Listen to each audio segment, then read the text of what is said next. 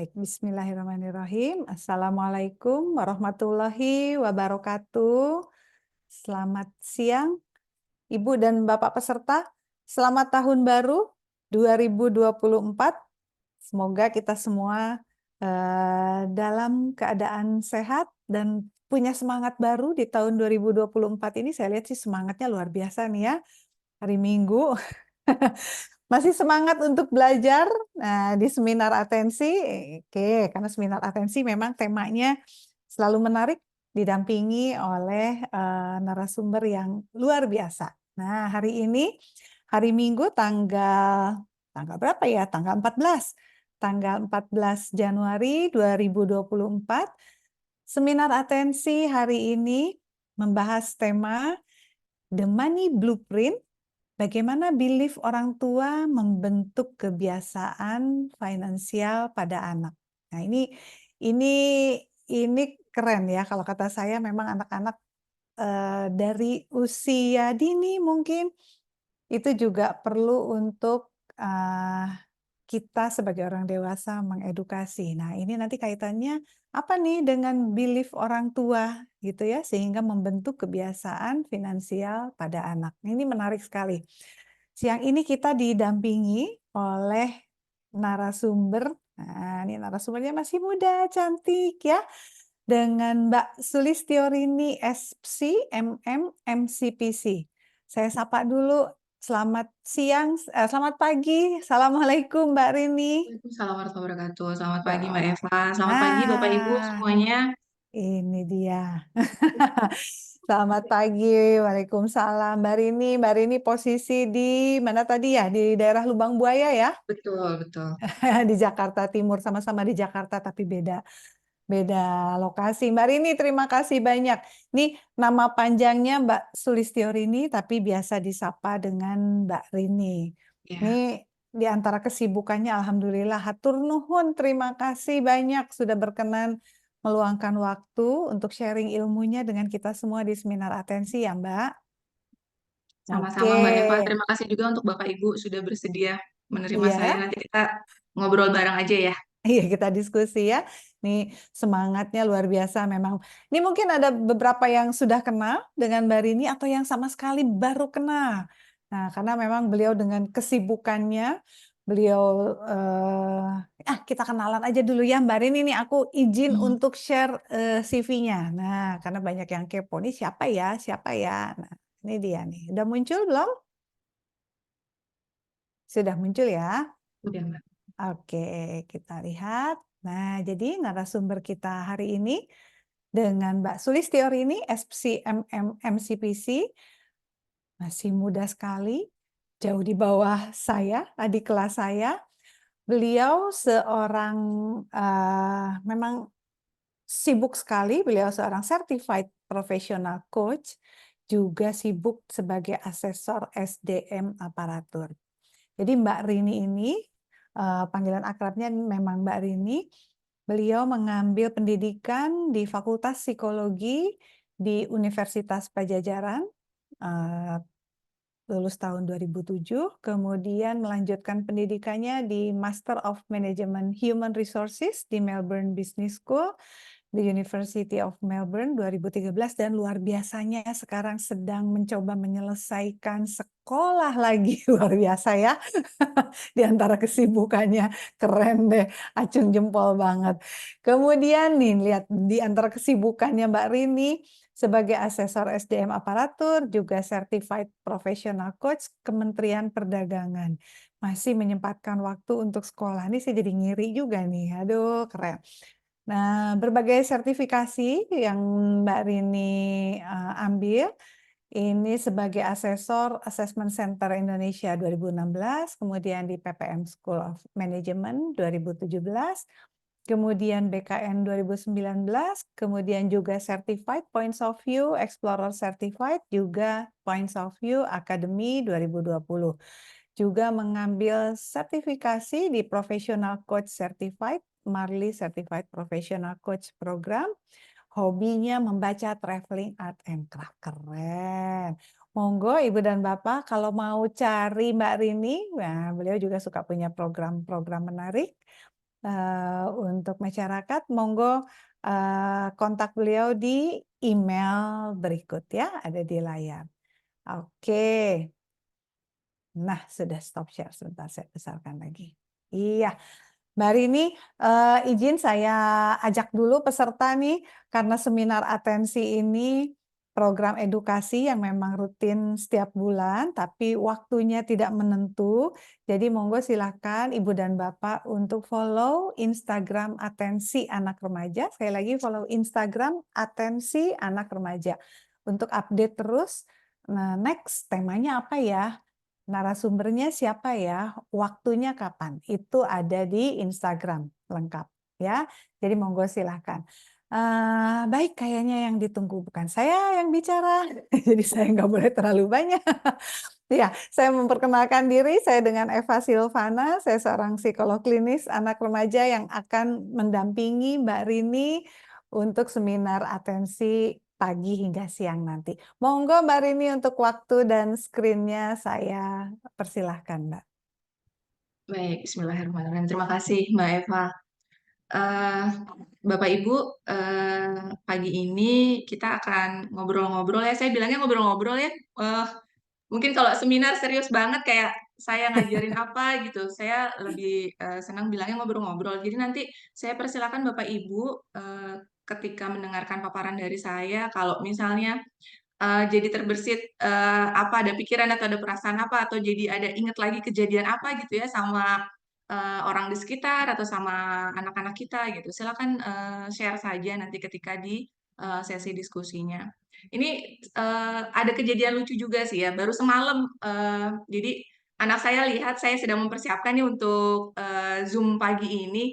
Terus dia protes gitu. Rupanya ada temannya yang melihat status WA saya, Mbak Eva. Kan saya share ya di WA kan bahwa ini mau ada acara nih dengan atensi hari ini gitu. Terus sama temennya itu dia rupanya diolok-olok, bukan diolok-olok ya dibercandain gitu. Ini lo kan gitu kan, ini kayaknya lo deh, bunda lo kayak curhat tentang lo deh gitu kan. Jadi tadi malam gitu dia protes, bunda bunda mau ngapain sih gitu. Jadi saya udah minta izin sama anak saya juga untuk jadi contoh ya, contoh hidup. Nanti kalau Bapak Ibu juga mau share tentang anak-anaknya juga silakan saja ya, biar kita jadi lebih kaya.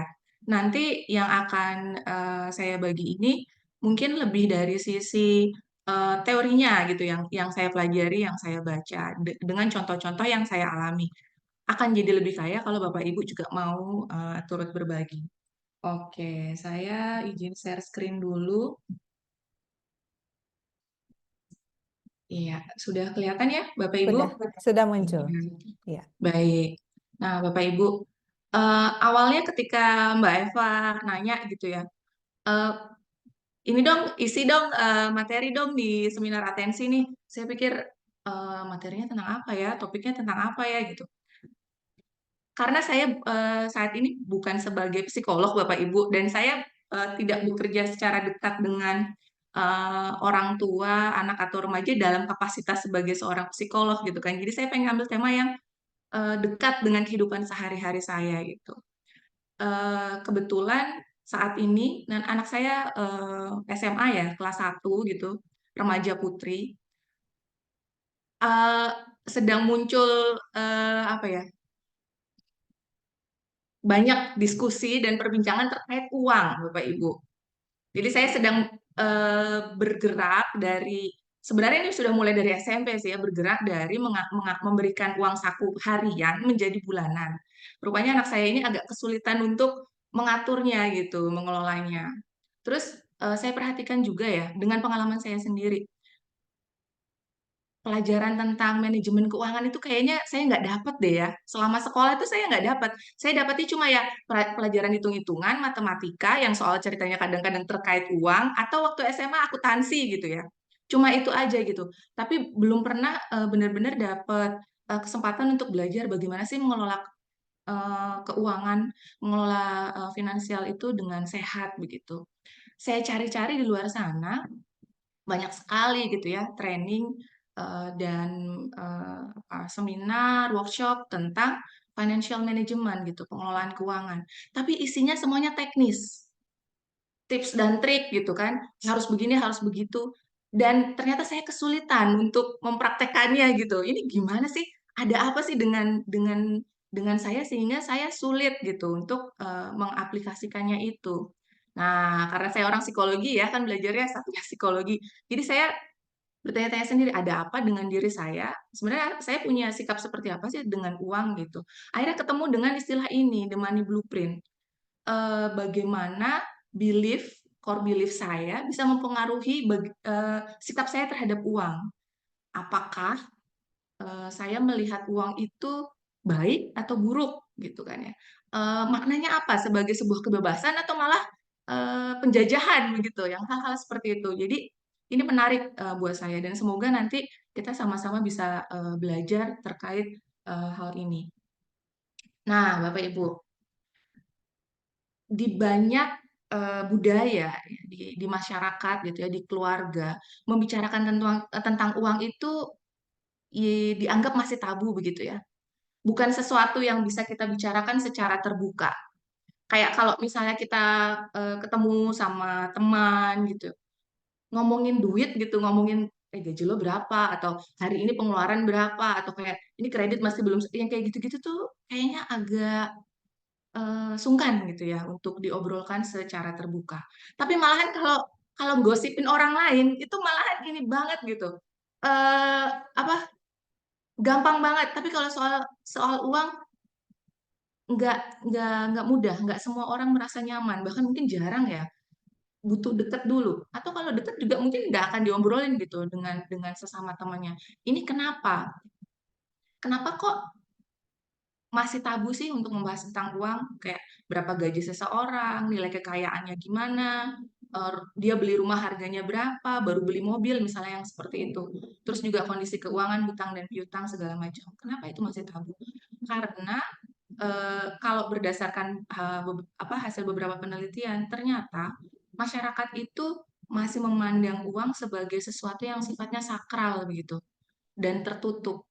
Ada makna-makna tertentu terkait dengan uang dan uang juga eh, punya simbol psikologis ya, seperti perasaan bahwa dia itu berkuasa karena dia punya uang, rasa malu juga, rasa bersalah juga iya loh. Ini menarik ya, rasa bersalah apa kaitannya dengan uang gitu kan? Banyak orang itu mengalami emosi seperti misalnya kecemasan, rasa malu, takut gitu ya, bahagia juga ada ya emosi yang menyenangkan terkait dengan uang. Ini eh, bisa jadi menurut hasil penelitian ya, terkait juga dengan eh, belief atau kita sebutnya tuh keyakinan seseorang yang dia miliki terkait uang. Seringkali keberhargaan seseorang itu dilihatnya dari seberapa banyak uang yang ia miliki gitu. Makanya di banyak budaya eh, membicarakan uang itu masih tabu. Di keluarga pun obrolan tentang uang itu jarang dilakukan antara orang tua dengan anak. Kalau antara suami istri gitu ya, ayah dengan bundanya mungkin masih gitu. Tapi kalau orang tua dengan anak itu jarang. Padahal eh, kalau orang tua tidak membangun diskusi terkait uang dengan anak nih, anak itu tetap akan melihat loh, anak itu akan tetap mengamati loh bagaimana orang tua itu mempersepsi, bagaimana orang tua itu bersikap, lalu pengambilan keputusan orang tua yang semuanya terkait dengan uang, itu tuh anak belajar baik dan buruknya begitu. Nah, padahal gitu ya, padahal penting buat orang tua membangun sikap dan perilaku yang sehat terkait uang pada anak. Jadi butuh ada diskusi kan, gimana ngajarinnya, gimana membangun sikapnya kalau nggak ada diskusi gitu, kalau nggak ada pembicaraan tentang itu. Kenapa penting? Karena yang pertama terkait literasi finansial. mengajari anak tentang uang sejak dini itu tuh membantu mengembangkan literasi keuangan mereka. Jadi mereka punya dasar pengetahuan yang kuat soal pendapatan, pemasukan, tentang menabung, tentang investasi gitu. Ini nih jujur hal-hal yang nggak saya dapatkan ketika saya kecil. Saya harus mencari sendiri gitu dan sekarang pun masih dalam proses mencari ya Bapak Ibu. Nah, kemudian apalagi yang membuat menjadi penting. Yang kedua adalah pengelolaan uang yang bertanggung jawab. Eh, kita suka dengar istilah life skill ya, keterampilan dasar untuk menjalani kehidupan gitu dengan baik. Pengelolaan uang itu masuk ke dalam situ gitu. Pengelolaan uang itu bagian dari life skill yang sangat-sangat mendasar. Tapi seringkali em, bukan kita lupakan ya, tapi lebih kepada kayak kita tidak secara dengan sengaja membangun intensi untuk mengajarkan itu gitu kepada anak-anak kita. Padahal kalau misalnya anak-anak itu diajari gimana mengelola uang dengan bertanggung jawab, itu banyak apa kemampuan yang bisa muncul terkait berpikir kritis dan pengambilan keputusan misalnya gitu. Jadi anak-anak itu belajar kan menavigasi keputusan keuangan gitu, membangun kepercayaan dirinya juga dan kompetensinya dalam mengambil keputusan. Juga pemecahan masalah gitu. Kita suka suka lupa nih sebenarnya eh, soal uang itu juga terkait dengan pemecahan masalah, butuh pemikiran kritis. Dia mengevaluasi pilihan yang mana ya. Misalnya uang saku aku dapat dari mama cuma 5.000. Aku pengen beli somai, tapi aku juga pengen beli mainan ini misalnya gitu ya kalau anak SD gitu.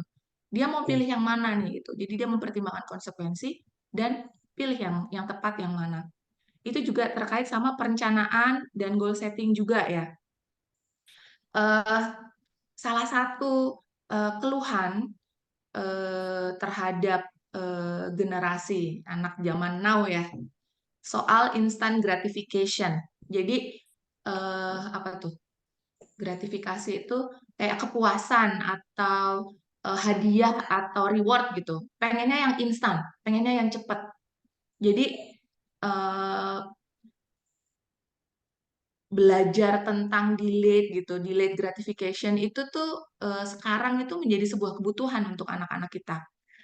Yaitu karena kan mereka sekarang semua serba cepat ya dengan bantuan teknologi, terus fasilitas yang ada, memang semua mereka bisa dapat dengan cepat begitu. Sedangkan kalau generasi kita belajar bahwa untuk dapat sesuatu itu perlu proses, perlu ada effort gitu. Nah, terkait keuangan ini, sebenarnya bisa jadi kesempatan kita untuk mengajarkan itu kepada anak-anak. Soal perencanaan, soal goal setting. Saya pengen beli boneka. Saya ingat banget tuh dulu waktu kecil ya, boneka Barbie ya. Waktu itu harganya 9.900. Tapi itu luar biasa gitu untuk anak SD. Ketika itu saya uang sakunya hanya dikasih 100 rupiah gitu sama orang tua saya. Gimana caranya biar bisa beli boneka itu? Saya menabung gitu. 9.900 uang tabungannya cuma 100, berarti kan 99 hari, kira-kira 4 bulan lah ya. Saya nggak jajan biar bisa beli itu gitu. Nah terus jadi belajar puasnya ketika itu tercapai, ketika dapat eh, bonekanya gitu, tuh ya. Ini wah ternyata apa ya mengajari anak tentang pengelolaan uang itu bisa nyambung kemana-mana ya Bapak Ibu. Terus juga ini yang penting lagi nih menghindari jebakan keuangan atau terlilit hutang. Ada cerita lucu dengan anak saya. Ketika itu dia kelas 4 atau 5 SD begitu ya. Suatu ketika dia pulang ke rumah, tahu-tahu tuh dia udah bawa hamster Bapak Ibu. Jadi dia bawa hamster. Saya tanya ini hamster siapa? Itu punya punya aku katanya. Loh, dapat dari mana? Enggak, aku yang beli gitu. Jadi sekitar seminggu sebelumnya itu dia sempat merengek gitu ke saya kan, "Bun, aku mau dong melihara hamster gitu." Tapi ketika itu saya melihat dia belum apa ya, cukup bisa diberi kepercayaan untuk bertanggung jawab terhadap makhluk hidup yang lain gitu ya, melihara hewan gitu. Juga belum paham tanggung jawab yang akan apa jadi satu paket dengan punya hewan peliharaan itu. Jadi saya jawab enggak. Ternyata yang dilakukan sama anak saya ketika itu adalah ini juga saya juga geleng-geleng kepala ketika itu. Dia membuat kesepakatan ke eh, penjual penjual hamsternya. Jadi di sekolahnya itu eh, ada tukang jualan hamster gitu ya, atau ayam gitu, anak ayam yang kecil-kecil gitu. Jadi bikin kesepakatan, harga hamsternya 15.000 dan anak saya bisa beli secara kredit, Bapak Ibu. Nih, saya ini luar biasa juga ya cara cara si ininya abang tukang jualannya pinter aja dia nih nyasar ke anak kecil nih dapat barangnya di ini terus nanti dapat uangnya juga. Terus gimana nanti kamu bayarnya? Nah, waktu itu dia uang sakunya 2.000 per hari. Ya nggak apa-apa, jadi aku nggak jajan gitu. Oke, di satu sisi saya appreciate ya, saya apresiasi dia. Dia bisa nahan tuh nggak jajan. Tahu sendiri anak SD kalau lihat jajanan teman-temannya pada jajan, dia ngiler gitu. Jadi dia udah bawa bekal aja dari rumah gitu. Tapi di sisi lain ini bahaya ya. Ngambil ngambil barang dengan kredit nggak tahu ya bahwa ada konsekuensi di situ gitu. Jadi saya harus menjelaskan tentang hutang ketika itu ke anak saya. Nah, kemudian yang lain lagi adalah terkait kemandirian finansial. Bapak Ibu, saya yakin kita semua di sini sebagai orang tua punya impian nanti anak kita supaya kalau udah dewasa menjadi pribadi yang mandiri, itu kan ya? Kan kita jungkir balik eh, melakukan berbagai usaha kerja keras itu kan ingin menanamkan karakteristik yang menurut kita penting untuk dimiliki oleh anak-anak kita ya. Salah satunya adalah kemandirian. Dan bicara kemandirian, finansial, aspek finansial itu termasuk di dalamnya, begitu. Itu ya. Kemudian juga tadi ya membangun karakter anak, kecerdasan emosional ternyata salah satu jalan masuknya gitu ya untuk membangun itu lewat lewat pendidikan tentang uang Bapak Ibu. Kenapa?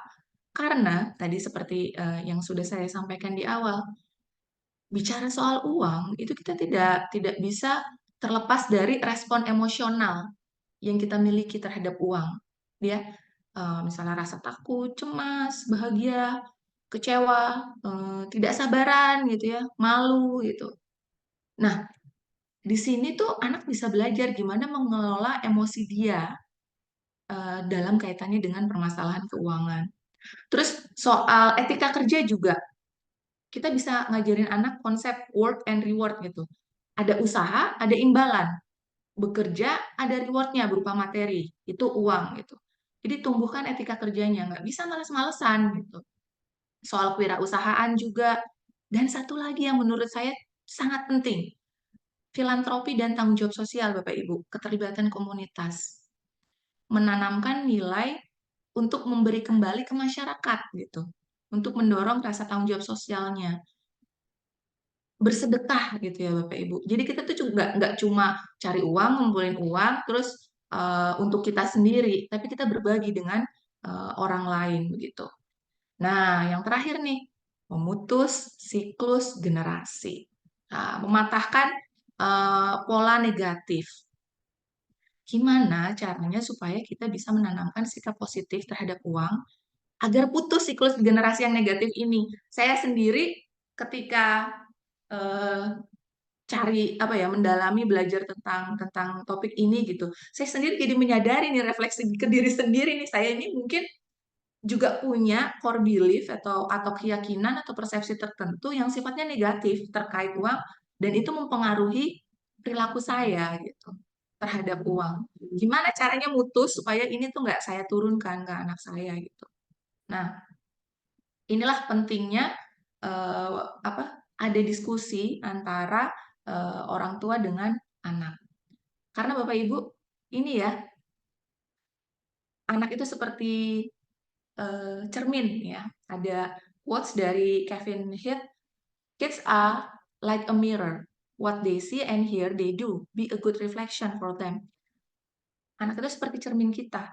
Kita ada di depan cermin itu, dan dia akan memantulkan kembali bayangan sebagaimana yang dia lihat begitu. Jadi penting buat kita sebagai orang tua untuk mengajarkan, menanamkan sikap positif ini gitu. Nah, bagaimana caranya? Berdasarkan tadi, maka saya coba atur ini outline-nya ya Bapak Ibu. Kita membahasnya tentang apa? Yang pertama tentang money blueprint dulu. Definisinya apa, komponennya apa aja, terus bagaimana ia dapat mempengaruhi kebiasaan finansial seseorang. Saya tuh dulu kalau dengar kata blueprint ingetnya kan cetak biru ya. Kebetulan karena saya kerjanya di kementerian, jadi blueprint itu biasanya kayak roadmap gitu ya, rencana tindakan, program kerja gitu itu blueprint. Atau kalau kita bangun rumah kan ada cetak birunya ya. Ini apa money blueprint gitu kan ya. Tuh. Nah, nanti kita akan belajar sama-sama. Terus kemudian yang kedua, manuscripts. Ini eh, bagian dari money blueprint. Jadi ada 4 eh, core belief atau naskah yang kita punya yang sering tidak kita sadari tentang uang. Lalu bagaimana sih itu dampaknya ke perilaku seseorang terkait uang? Lalu di eh, yang ketiga ya, sesi ketiga kita akan bicara soal breaking the habit nih. Gimana cara kita gimana strategi yang bisa kita lakukan sebagai orang tua untuk tadi menanamkan sikap dan perilaku yang positif terhadap pada anak kita terkait uang gitu. Di sini eh, saya melihatnya kita perlu bekerja di 2 level ya Bapak Ibu. Bukan cuma fokus ke anak, tapi juga ke diri kita sendiri nih. Soalnya ada perubahan yang bisa jadi perlu akan kita lakukan dalam diri kita sendiri sebagai orang tua gitu. Dalam kaitannya dengan belief yang kita punya gitu. Nah, Bapak Ibu, karena tadi ya eh, eh, apa membicarakan uang itu mungkin gitu masih dianggap tabu. Saya nggak tahu nih di antara Bapak Ibu di sini ini nanti mungkin karena kita akan bicara soal core belief, mungkin nanti ada yang gitu. Nggak apa-apa ya Bapak Ibu, kita buka pikiran, buka hati gitu ya untuk menerima materi hari ini. Bangun saja intensi bahwa saya mau belajar dan kita silakan ambil kalau misalnya ada yang bermanfaat yang bisa Bapak Ibu aplikasikan nanti di keluarga begitu. Oke. Nah, sekarang apa sih money blueprint itu? Jadi, Bapak Ibu kalau misalnya eh, melihat dari berbagai macam referensi di luar sana, jadi money blueprint itu sebenarnya konsep yang eh, menjadi bagian dari diskusi yang lebih luas mengenai literasi finansial dan personal development. Beda ahli itu bisa menggunakan istilah yang berbeda gitu. Beberapa buku yang mungkin kalau misalnya Bapak Ibu tertarik ini lebih jauh terkait topik ini itu ada Secrets of the Millionaire Mind itu dari Eker, terus Robert Kiyosaki ya bukunya yang terkenal ya Rich Dad Poor Dad, lalu ada The Psychology of Money itu oleh Morgan Housel, lalu juga ada buku yang lain ya The Psychology of Money juga, tapi ini terkait financial intelligence itu oleh Edison Bell. Nah, mereka banyak bicara soal ini. Tapi coba saya rangkum, apa sih pengertian money blueprint itu? Money blueprint adalah serangkaian keyakinan, sikap, dan perilaku individu tentang uang. Dia itu berkembang sepanjang hidup ya Bapak Ibu. Tapi eh, apa ya? Dasarnya itu, akarnya itu atau pondasinya itu khususnya itu di tahun-tahun pertumbuhan. Jadi ketika masa kecil ya Bapak Ibu. Setelah dia individu menjelang remaja sampai dewasa itu akan berkembang terus gitu. Jadi di usia-usia kita nih, ini kita juga masih berkembang nih money blueprint kita. Kalau kita belajar, kalau kita sering memperoleh informasi baru, data yang baru, itu kita bisa membentuk money blueprint yang baru lagi gitu, memodifikasi, jadi berkembang terus gitu. Jadi masih ada harapan buat kita semua kalau kita punya persepsi tertentu yang menghalangi kita untuk punya sikap dan perilaku yang sehat terkait uang. Jadi jangan khawatir gitu. Ini walaupun topiknya gimana ke anak-anak, kita juga bisa belajar terkait hal itu. Nah, komponennya apa saja? Yang pertama adalah belief ya Bapak Ibu. Di sini ya, di sini belief. Nah, biar gampang coba. Nah, di sini ya, di belief ini apa sih belief itu? Belief itu eh, biasanya kita sebutnya keyakinan ya, itu mencakup sikap, nilai, dan persepsi yang dianut individu tentang uang. Keyakinan ini tuh tertanamnya sejak dini. Dari mana? Dari observasi, dari diskusi, dari pengalaman yang kita lalui terkait uang dalam keluarga gitu. Jadi anak di sini mulai membentuk beliefnya dengan apa terkait uang itu dari apa yang dia lihat, apa yang dia dengar gitu, dari diskusinya dengan ayah ibunya, dengan orang tuanya, dengan orang-orang lain di sekitarnya gitu. Termasuk di dalamnya adalah eh, apa ya persepsi apakah uang itu baik atau buruk gitu. Uang itu sulit didapat atau mudah ya diperolehnya. Uang itu sumber stres atau kebebasan gitu. Eh, Tiap orang bisa saja punya belief yang berbeda terkait uang atau terkait kekayaan. Contohnya, beberapa orang itu mungkin percaya kalau mengumpulkan kekayaan itu adalah tujuan yang positif dan dapat dicapai. Sementara yang lain bisa saja dia pikir eh, apa enggak deh, kayaknya kalau kalau fokus ngumpulin uang terus kayaknya nggak bagus deh gitu. Jadi ada rasa bersalah kalau dia terlalu fokus dengan mengumpulkan uang. Nah, lalu yang kedua ya, komponen yang kedua yaitu emosi. Seperti tadi sudah saya sampaikan, ada respon emosional terhadap uang. Dan respon emosional ini bisa mempengaruhi pengambilan keputusan finansial, juga sikap kita terhadap resiko sama reward yang bisa kita dapat gitu. Nah, yang terakhir di sini adalah perilaku, tindakan, dan keputusan apa yang diambil individu mengenai pendapatan, pengeluaran, tabungan, investasi itu. Perilaku ini dipengaruhi oleh kebiasaan dan praktek yang dia amati. Kalau anak ya, yang diamati di lingkungan keluarga. Di misalnya keluarganya punya kebiasaan finansial seperti menabung, berinvestasi. Lalu kalau misalnya ibunya melihat ibunya belanja bulanan itu seperti apa? Apakah ibunya itu membuat anggaran gitu ya? Anaknya melihat ibunya lagi di atas meja gitu, otret-otret gitu, pengeluaran bulan ini dan yang lain-lain gitu dengan kalkulator misalnya. Itu anak belajar gitu. Dan kebiasaan-kebiasaan ini seringkali itu sudah mendarah daging. Dia bisa mendukung ataupun juga bisa menghambat kesuksesan finansial seseorang gitu. Kesediaan seseorang untuk mengambil resiko finansial itu juga belajar dari lingkungan keluarga ya, Bapak Ibu. Begitu. Jadi, kalau misalnya seseorang ingin memperbaiki dan meningkatkan kecerdasan finansialnya, dia perlu memahami ketiga komponen ini nih, ketiga komponen ini. Yang sering dilupakan adalah yang belief ini nih, karena dia umumnya bersifat unconscious ya, tidak sadar gitu, tidak sadar. Dan tadi ya sangat dipengaruhi oleh berbagai faktor nih money blueprint ini. Dampak yang cukup signifikan itu berasal dari sikap dan perilaku yang terlihat dalam keluarga, terutama dari orang tua atau pengasuh.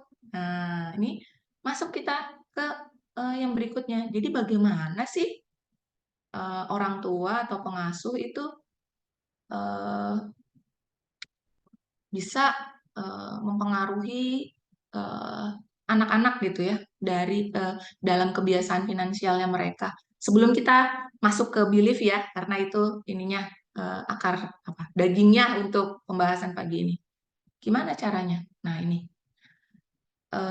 saya coba ramukan ya dari beberapa sumber. Setidaknya ada 5 role modeling, pola komunikasi, nilai dan prioritas, serta sikap terhadap hutang dan prakteknya terkait literasi keuangan. Keteladanan, ya. Tadi ingat cermin. Ketika orang tua menunjukkan praktek pengelolaan uang, penganggaran, dan investasi yang bertanggung jawab, nah anak-anak kita itu akan cenderung mengadopsi kebiasaan yang serupa, gitu. Lalu juga pola komunikasi, komunikasi yang terbuka dan sehat tentang uang ya itu akan membantu anak membentuk money blueprint yang positif. Kalau misalnya antara orang tua, ayah dan ibunya, itu berdiskusi secara terbuka gitu ya di keluarga gitu di rumah, mendiskusikan tujuan, terus tantangan sama keputusan keuangan. Misalnya contohnya apa ya? Misalnya yang mempengaruhi anak tuh sekolah misalnya ya. Ini anaknya nih lulus SD mau ke SMP nih. Ini kita mau diskusi nih ini kakak mau mau berikutnya ini mau sekolahnya negeri atau swasta ya? Kalau misalnya negeri bagaimana? Kalau swasta bagaimana? Kalau misalnya mau swasta yang mana gitu. Jadi tuh ketika anak juga dilibatkan dalam diskusi tersebut, eh, karena kan itu akan berdampak ya ke mereka gitu. Nah, mereka dilibatkan untuk berdiskusi, terus didengarkan pendapatnya gitu, ditanya eh, pengennya bagaimana pendapatnya gitu. Itu tuh anak jadi belajar tentang perilaku keuangan yang bertanggung jawab. Oh, gini toh, kalau mengambil keputusan itu caranya begini toh. Kita harus mempertimbangkan tentang ini toh gitu. eh, Mungkin ada berpikir, "Ini baru lulus SD loh, emang bisa ya diajak ngobrolin tentang itu?" Nah, Bapak Ibu, kita sesuaikan gitu ya bahasanya yang dipakai ketika kita bertanya ke anak, ketika kita ngobrol sama anak ya kita sesuaikan dengan bahasanya anak gitu. Eh, dan jangan underestimate anak-anak ya Bapak Ibu. Apalagi dengan kemajuan teknologi sekarang tuh, wah luar biasa tuh mereka kemampuan berpikir kritisnya, terus informasi dan data yang mereka miliki gitu. Itu saya sendiri suka amazed loh em, dengan apa yang diketahui oleh anak saya gitu. Kadang-kadang saya malahan kalau misalnya nggak tahu tentang sesuatu, saya tanya anak saya, apa sih emang lagi viral apa sih di luar sana gitu. Oh ini pun lagi seru tentang ini gitu kayak gitu. Eh, Mari kita manfaatkan setiap eh, apa ya isu atau permasalahan sebagai momen untuk kita menciptakan apa ya peluang gitu untuk mengajarkan apa nih nilai-nilai yang penting buat kita sebagai orang tua. Maksud saya gini, seringkali kita sebagai orang tua kalau ada masalah terkait anak, kita tuh pusingnya sama masalahnya doang gitu ya, kayak udah gemes gitu ya sama anak kita fokusnya ke masalah doang, terus kayak gimana mengoreksi perilaku, gimana ini gitu. Bapak Ibu, coba kita lihat dari sudut pandang yang berbeda. Permasalahan ini kita lihat sebagai peluang. Jadi bukan fokus hanya ke masalahnya doang gitu ya, yang nyebelin-nyebelin, yang bikin pusing gitu. Tapi ini peluang. Gara-gara ada kejadian ini, saya jadi ada alasan untuk berdiskusi sama anak saya, untuk berinteraksi sama anak saya gitu. Di situ kesempatan buat kita masukin nilai-nilai yang penting buat kita, yang kita pengen dia dia ini. Kayak tadi ya, contoh saya tadi ya, tahu-tahu pulang bawa hamster gitu kan ya. Jadi ada pengeluaran lebih, harus beli kandangnya, harus beli ininya, itunya gitu kan ya. Itu kan malah jadi kesempatan saya ngajarin tentang konsep hutang piutang gitu ke anak saya gitu waktu itu gitu. Kemudian nilai dan prioritas. Money blueprint individu itu dipengaruhi oleh nilai dan prioritas yang ditetapkan oleh orang tua. Jadi kalau sebuah keluarga mementingkan pendidikan, tabungan untuk masa depan, terus misalnya penting loh untuk sering bersedekah secara rutin gitu. Nah, ini anak-anaknya kemungkinan besar akan menginternalisasikan nilai-nilai ini gitu ya. Jadi mengintegrasikan itu ke kebiasaan finansial mereka. Lalu juga sikap terhadap hutang. Bagaimana kita sebagai orang tua bersikap soal hutang? Apakah positif? Apakah negatif? Apakah kita sehari-hari itu gali lubang, tutup lubang, atau kita sangat hati-hati terhadap hutang, ya? Karena kita tahu pertanggungjawabannya bukan cuma di dunia, nanti juga di akhirat misalnya gitu. Nah, anak tuh bisa melihat tuh, itu akan mempengaruhi gimana anak memandang dan mengelola hutang dalam kehidupan mereka, gitu. Nah, yang terakhir adalah praktek literasi keuangan gitu ya. Jadi, gimana sih pendidikan di keluarga terkait manajemen keuangan yang diberikan orang tua ke si anak. Tuh. Apakah anak diajarin konsep-konsep seperti budgeting ya, penganggaran gitu, investasi, menabung misalnya yang seperti itu. Nah, ini secara signifikan akan membentuk kebiasaan finansial pada anak. Oke, sekarang kita lanjut. Nah, sebelum eh, lebih dalam mengupas tentang belief ya Bapak Ibu. Di sini ada sebuah quote dari Heather Pullayer bahwa kebebasan finansial itu bukan sebuah tujuan yang didefinisikan hanya sekedar angka-angka begitu ya. Angkanya berapa gitu, bahwa kebebasan finansial itu kalau saya sudah bisa ngumpulin duit berapa ratus juta, berapa miliar misalnya kayak gitu. Bukan seperti itu. Tapi itu adalah sebuah perjalanan, proses gitu, yang dipengaruhi atau dibentuk oleh pemahaman kita terhadap aspek psikologis kita sendiri terkait uang gitu. Saya rasa ini quote-nya bisa jadi pembuka nih untuk kita masuk selanjutnya ke belief. Apa sih belief? Nah, saya ambil konsep ini dari Dr. Klons ya Bapak Ibu. Dia membawakan sebuah apa konsep tentang manuscripts gitu. Apa sih manuscripts itu? Naskah tentang uang. Dia nyebutnya gitu, naskah tentang uang, manuscripts. Itu adalah belief gitu atau keyakinan psikologis dan sikap tentang uang yang dikembangkan individu sepanjang hidup mereka. Naskah ini sering dibentuk di masa kanak-kanak dan dipengaruhi oleh pengalaman, pengamatan, interaksi dengan keluarga, dengan pengasuh, orang tua, dan masyarakat gitu ya. Jadi eh, di sini dia memainkan peran penting di dalam pengambilan keputusan individu terkait uang. Eh, Gimana hubungan individu ini dengan uang. Kita bisa loh Bapak Ibu punya hubungan dengan uang gitu ya. Kita tuh bukan cuma punya hubungan dengan orang lain gitu, tapi dengan uang itu kita punya hubungan. Pernah nggak Bapak Ibu melihat saya punya hubungan dengan uang? Gimana hubungan saya dengan uang ya? Relationship saya dengan uang itu baik-baik saja kah? Atau buruk kah? Atau saya nggak bicara, saya cemas kah gitu? Kalau kita analogikan seperti hubungan kita dengan orang gitu ya.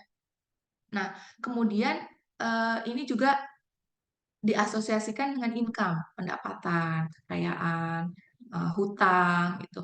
Apa yang kita lakukan dengan uang, juga kesehatan finansial kita. Umumnya unconscious, jadi umumnya itu tidak disadari, Bapak Ibu. Oke, Dr. Klons dia menjelaskan secara sederhana ya, dia mencoba mengkelompokkan belief keyakinan seseorang terkait uang itu menjadi 4 kelompok. Nah, eh, cara kita memahami konsep ini ya Bapak Ibu, bukan berarti kita hanya punya satu. Jadi apa kita hanya masuk ke dalam satu kelompok gitu, bukan seperti itu. Jadi kita melihatnya bahwa dari 4 kelompok manuscripts ini, naskah tentang uang ini, bisa jadi kita punya semuanya, tapi mana yang lebih dominan gitu. Kita bahas satu-satu ya. Eh, Silakan Bapak Ibu bertanya sama diri sendiri, kira-kira saya masuk yang mana ya kalau ngeliat perilaku saya sehari-hari gitu terkait dengan uang. Nah, yang pertama money vigilance. Money vigilance ini jadi eh, hati-hati gitu. Individu dengan belief ini, dengan script ini, itu tuh cenderung bersikap hemat. Jadi rajin nyimpan uang gitu. Terus juga tertutup terhadap uang tuh maksudnya tidak tidak semudah itu Furgoso untuk mendiskusikan soal uang dengan orang ini gitu. Eh, karena buat dia itu sesuatu yang private gitu. Terus dia juga menghindari utang, menghindari utang. Terkait pengeluaran cukup cerdas, maksudnya nggak overspending gitu ya, nggak aduh lapar mata beli ini beli itu, nggak. Dia hati-hati. Tuh. Di sisi lain agak sulit ya menikmati sumber daya yang tersedia. Jadi eh, harus selalu mempersiapkan diri untuk kalau sesuatu yang buruk terjadi gitu. Jadi kalau misalnya walaupun ada uang, ayo kita liburan yuk. Tunggu dulu, liburannya berapa kira-kira budgetnya ya? Kayaknya gini, kayaknya gini. Jadi susah gitu untuk menikmati. Sebenarnya ada uangnya, sebenarnya ada sumber dayanya. Beli barang pun juga gitu ya. Beli barang juga begitu. Ah, tunggulah, HP saya masih ada, tunggu sampai mati lah gitu. Jadi HP-nya mati, pagi baru dia cari-cari toko online biar dikirim hari itu juga misalnya gitu ya, kok malas keluar gitu, ada tuh orang yang seperti itu gitu kan. Nah, itu money vigilance. Nah, nggak tahu, mungkin di Bapak Ibu nih yang hadir sekarang ada nggak yang money vigilance ya? Yang kira-kira skornya lebih tinggi di situ. Kemudian ada lagi money avoidance. Nah, untuk money avoidance itu, dia melihat uang itu buruk, gitu. Uang itu sumber kejahatan. Kenapa dia begini? Mungkin dia belajar melihat di sekitarnya itu orang-orang tuh bisa melakukan hal-hal yang buruk demi mendapatkan uang, gitu. Jadi dia secara nggak sadar membentuk persepsi ini, membentuk belief ini. Money is bad, money is evil gitu. Jadi kalau dia fokus cari duit mulu, terus dia jadi kaya raya, ada perasaan bersalah gitu, ada kecemasan gitu. Kalau dia sukses secara finansial, kalau di sini bilangnya I don't deserve to have much money gitu. Saya nggak layak dapat uang banyak sebanyak ini gitu. Secara nggak sadar ya Bapak Ibu, deep down inside di dalam dirinya. Dia juga orang ini tuh cenderung menghindari berurusan dengan masalah keuangan, takut menjadi kaya karena dia punya persepsi orang kaya itu cenderung rakus dan tamak, jadi lebih baik punya uang yang sedikit gitu. Ini ekstrimnya ya Bapak Ibu, ini ekstrimnya kan ini garis kontinum, apakah agak ke sana, apakah agak ke sini, atau mungkin sebenarnya ada sedikit gitu kita ternyata dalam dalam diri kita kayak iya emang dasar orang kaya nih rakus banget nih gitu, misalnya gitu ya. Dan dia cenderung menghabiskan uangnya tuh untuk membantu orang lain gitu. Untuk justru bikin orang lain menjadi berdaya secara finansial. Oke, kita lanjut ya. Ada money worship atau money focus. Buat dia, uang adalah kunci kebahagiaan. Uang adalah solusi terhadap permasalahan. Kalau saya punya uang nih, gitu, beres permasalahan saya. Jadi, ayo kita kumpulkan lebih banyak lagi uangnya gitu. Itu prioritasnya dia tuh, akumulasi kekayaan. Di sisi lain jadinya aspek kehidupan yang lain ya di luar eh, apa aspek finansial bisa jadi dia korbankan gitu. Karena dia sangat fokus untuk mengumpulkan uang ini gitu. Lalu yang terakhir money status. Money status. Harga diri dikaitkan dengan kesuksesan finansial. Self-worth equal to net worth. Jadi keberhargaan diri saya nih sama dengan seberapa banyak uang yang saya punya, kekayaan yang saya punya. Sehingga status sosial menjadi penting buat dia. Terus dia juga cenderung tunjukin, kan kan itu tadi ya, statusnya ditunjukkannya dengan uang. Jadi dia menunjukkan statusnya adalah dengan kedudukan keuangannya gitu. Kalau beli barang, barang yang bermerek lah gitu. Meskipun ada barang lain misalnya yang produk lokal, eh, kualitasnya sama gitu. Tapi orang lebih kenal produk yang dari luar ini, yang brand ini gitu. Harganya karena lebih mahal dan ada status di situ. Jadi lebih cenderung memilih itu. Tapi ada resiko ya Bapak Ibu ya overspending. Overspending nih, hati-hati nih kalau yang ininya money status gitu. Nah, ini adalah belief yang bisa jadi kita miliki ya Bapak Ibu secara nggak sadar. Silakan bertanya ke diri masing-masing. Saya akan membahas selanjutnya ke dampak. Ya, jadi gimana nih dampaknya? Belief-belief yang tadi itu ya, keyakinan yang tadi, persepsi yang tadi, sikap-sikap yang tadi itu terkait dengan uang. Yang pertama adalah eh, berdampak ke automatic thoughts and behaviors. Jadi ada pikiran dan perilaku otomatis gitu yang muncul. Otomatis itu apa sih Bapak Ibu? Otomatis itu langsung refleks keluar. Kita nggak berhenti dulu gitu untuk mikir atau ngeh gitu. Ya keluar aja langsung gitu. Ya kayak tadi, kalau misalnya dia itu money status gitu ya. Ini ada tas gitu. Dia punya uangnya nih ya. Ini ada tas A sama B. Mana yang lebih cenderung akan menunjukkan status dia gitu sebagai orang yang punya power. Dia akan pilih tas yang itu. Padahal fungsinya sama, kualitasnya misalnya sama. Cuma yang satu kurang dikenal orang, yang satu dikenal orang misalnya. Itu otomatis tuh. Tuh. Jadi individu tuh mungkin secara tidak sadar bertindak gitu yang selaras dengan money strip dia tadi, dengan naskah keuangannya tadi. Terus yang kedua berdampak juga ke pengambilan keputusan keuangan ya Bapak Ibu. eh, pola menabungnya seperti apa. Kalau orang yang masuk ke kelompok money vigilance gitu, kalau yang skor money vigilance-nya lebih dominan, dia akan rajin menabung. Pola menabungnya misalnya rutin setiap bulan. Kayak apa ya? Saya pernah ikut kelas finansial ya yang dibilangin kalau dapat gaji itu harus sudah dialokasikan untuk menabung, bukan sisanya baru ditabung gitu kan katanya ya. Nanti kalau tabungannya udah memenuhi dana darurat tertentu, baru deh tuh mikirin investasi gitu. Jadi eh, sudah otomatis kalau orang yang money vigilance nggak perlu dibilangin begitu. Dia udah tahu nerima uang tuh jangan dihabisin semua gitu kan. Ada pos-posnya dan tabungan itu salah salah satu pos yang menjadi prioritas gitu. Nah, yang ketiga nih konflik dalam hubungan. Nah, ini mungkin muncul kalau di antar pasangan ya. Katanya isu keuangan adalah salah satu apa ya akar permasalahan gitu di dalam hubungan suami istri bisa menjadi permasalahan gitu. Kenapa begitu? Bisa jadi antara ayah dan ibu, antara suami dengan istri ini punya manuskrip yang berbeda.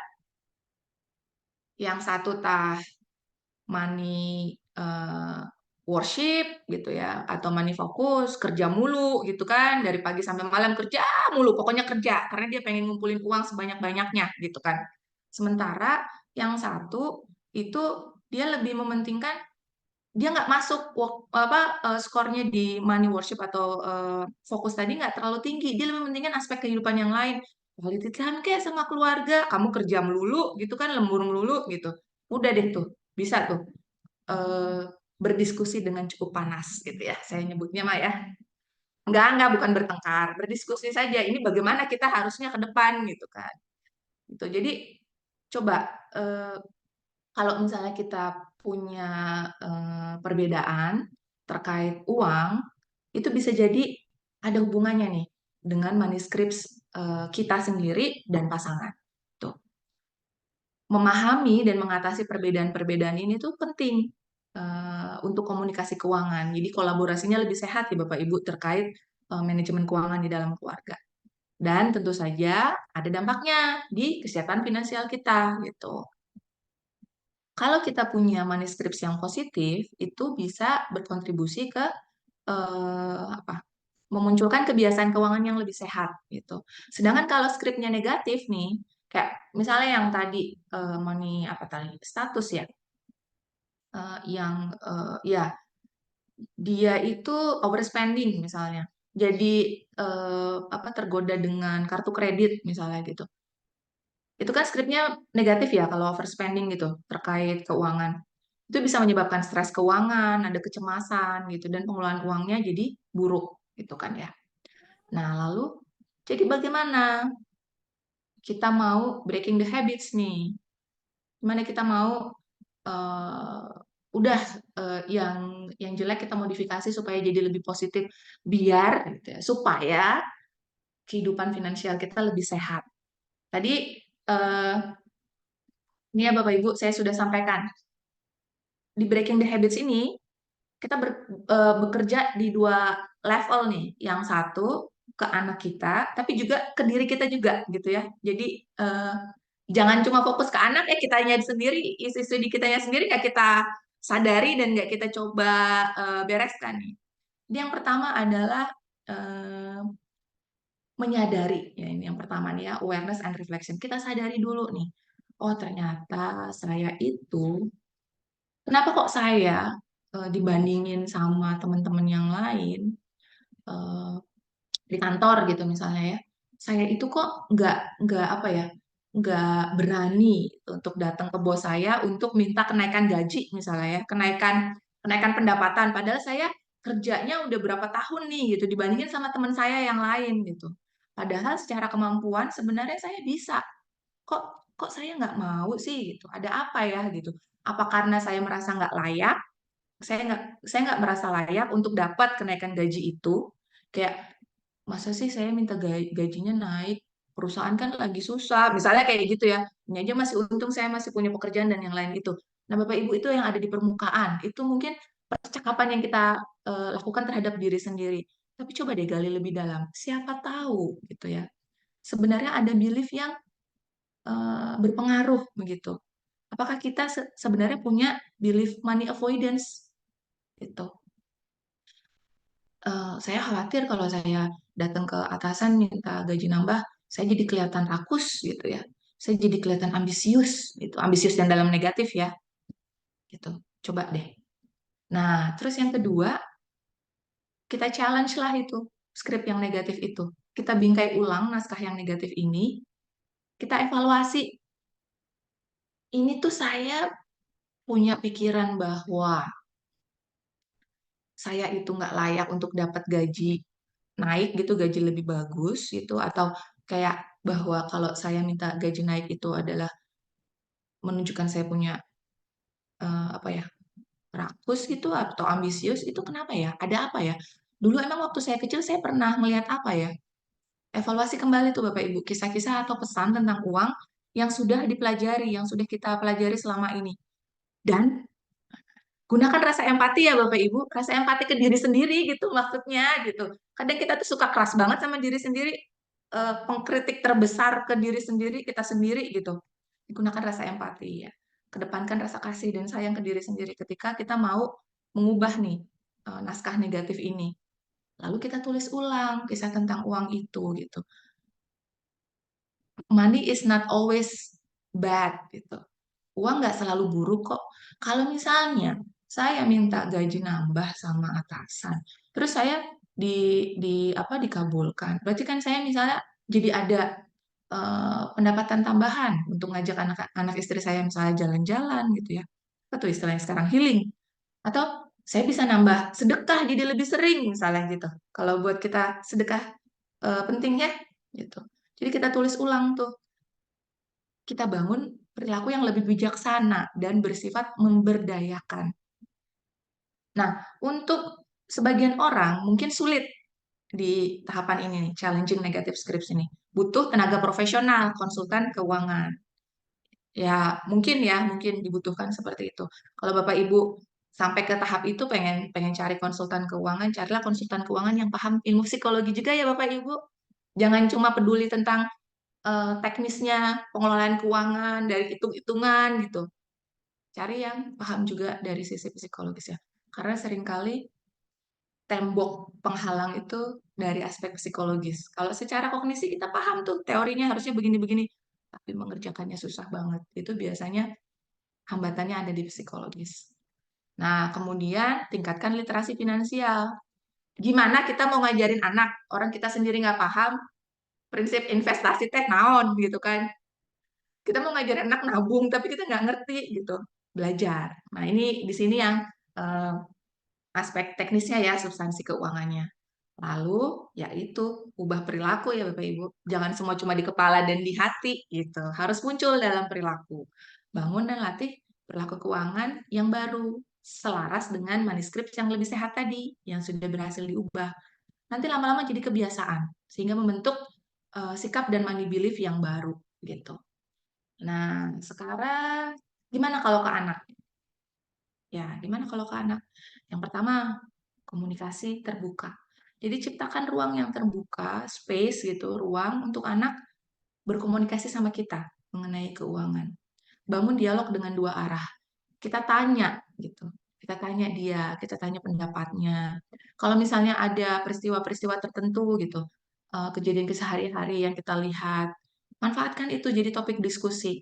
Disesuaikan dengan usia anak kita ya Bapak Ibu ya.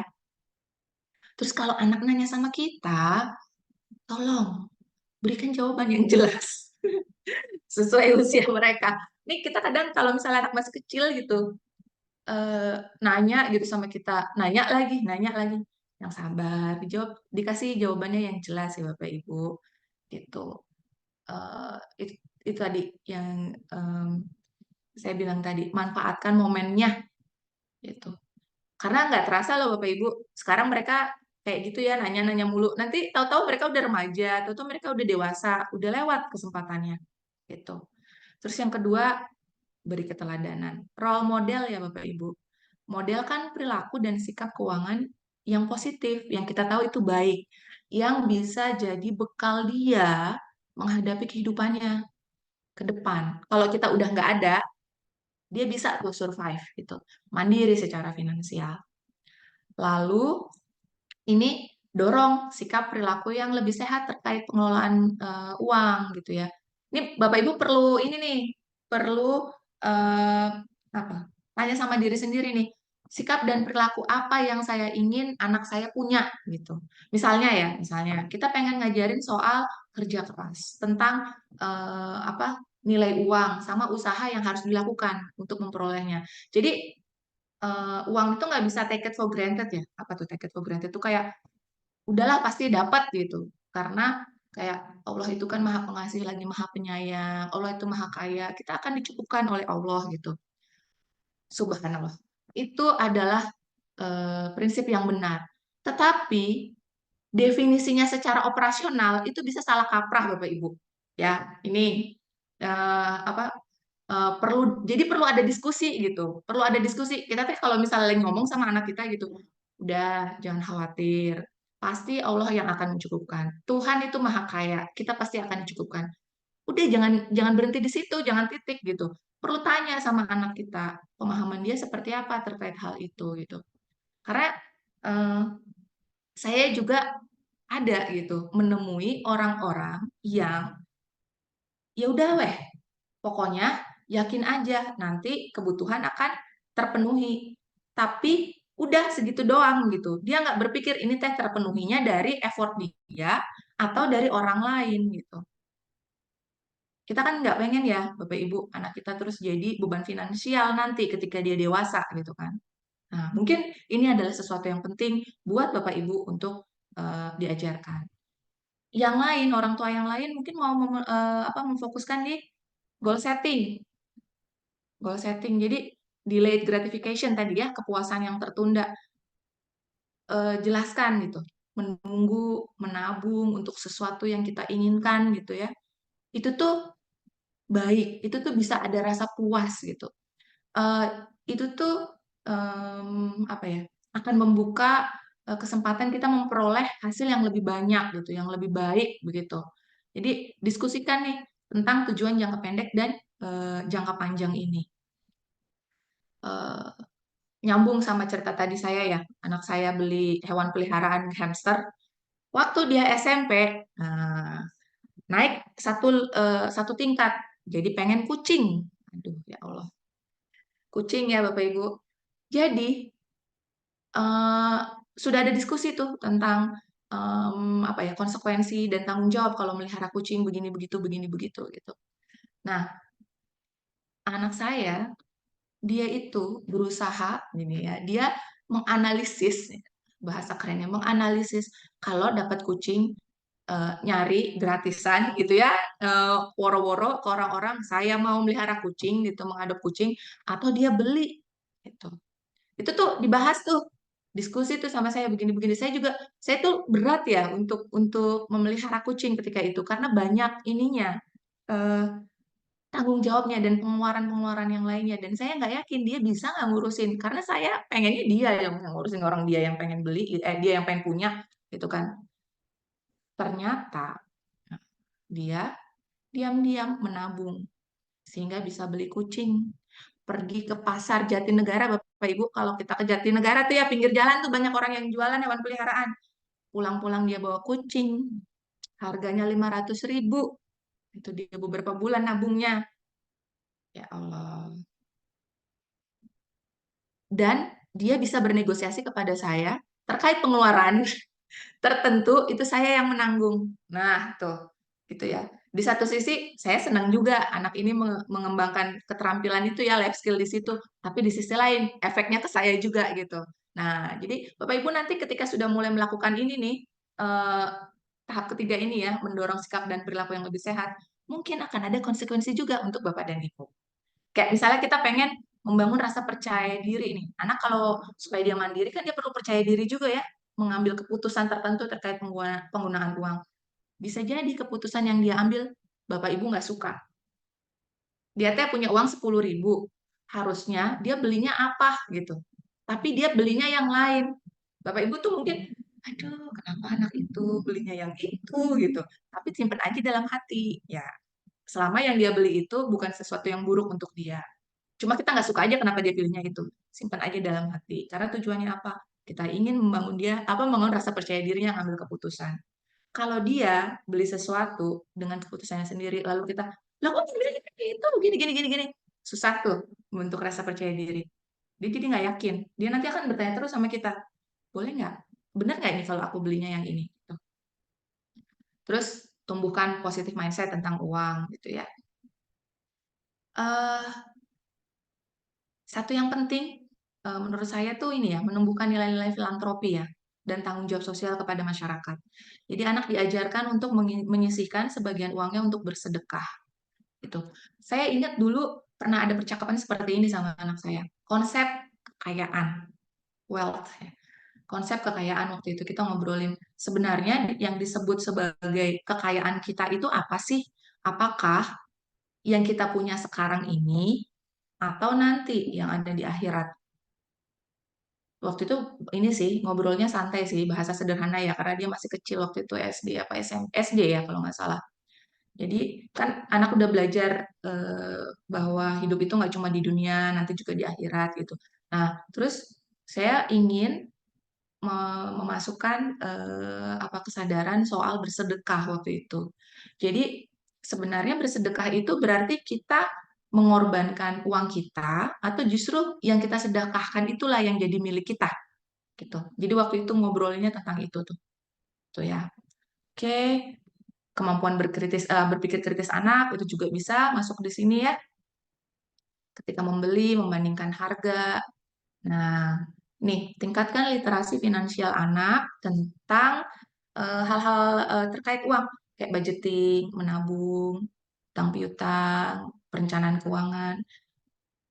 Sebenarnya saat ini tuh saya kalau misalnya di antara Bapak Ibu, Mbak Eva juga kalau ada informasi ya saya lagi nyari workshop atau training nih buat anak saya terkait manajemen keuangan tapi untuk remaja dan anak-anak gitu.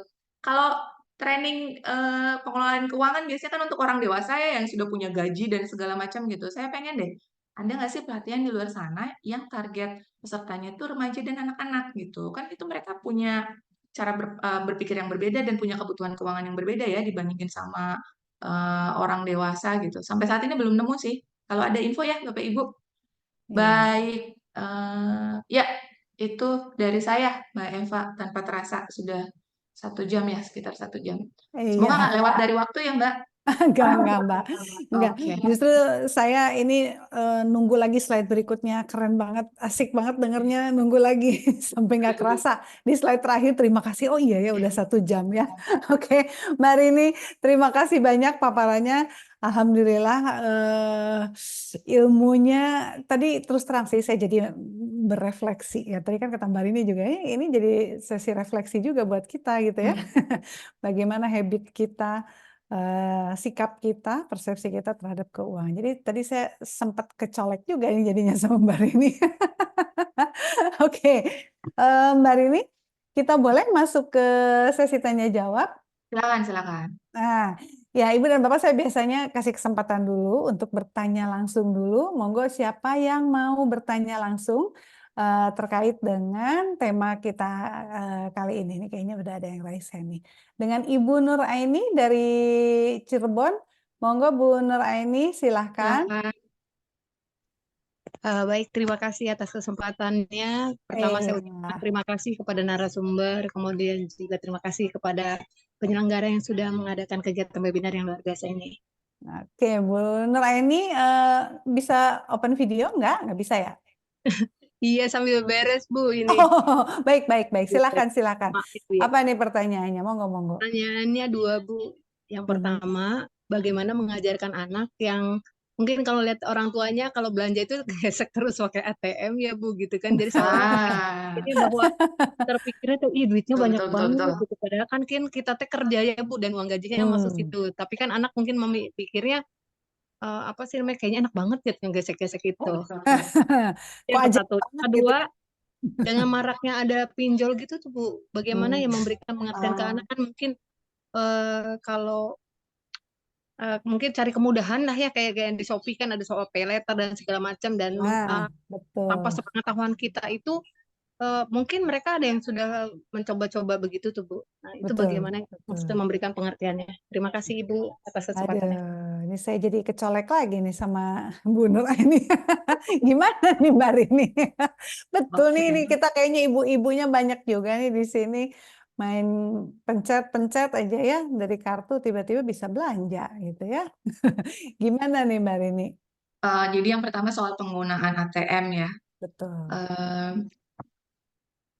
Makanya tadi penting ya untuk berdiskusi dan menjelaskan ke anak. Saya ingat waktu itu pertama kali anak saya kenal tentang konsep ATM adalah menemani saya ya. Dari habis pergi dari mana gitu terus ngambil uang nih ke ATM.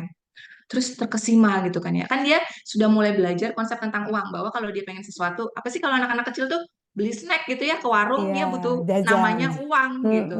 Kalau Mm-mm. ada yang namanya uang ini dia bisa dapat tuh coklat yang dia mau, susu yang dia mau misalnya gitu. Nah, terus sekarang pergi sama bundanya keluar sesuatu dari mesin ini berupa uang gitu kan ya. Wah, ini mesin yang luar biasa gitu, ajaib gitu. Nah, tahu nggak sih Bapak Ibu, anak-anak kecil itu kalau ngeliat kejadian itu tuh ngirain itu tuh gratis. Betul, Itu betul Mbak, gratis gitu. betul Kalau kita banget. nggak menjelaskan, kalau kita diem aja terus udah keluar terus kita pergi, apalagi kalau habis dari ATM kita langsung mampir gitu ya, belanja gitu ya ke minimarket terdekat, wah udah tuh Mm-mm. gitu. Terus dia jadi, oh itu pakai kartu, Mm-mm. kartu terus bunda mencet-mencet keluar, gampang Mm-mm. banget gitu. Makanya tadi penting buat kita ngajarin soal tadi ya etika kerja ya, bahwa kita bekerja lalu ada rewardnya gitu.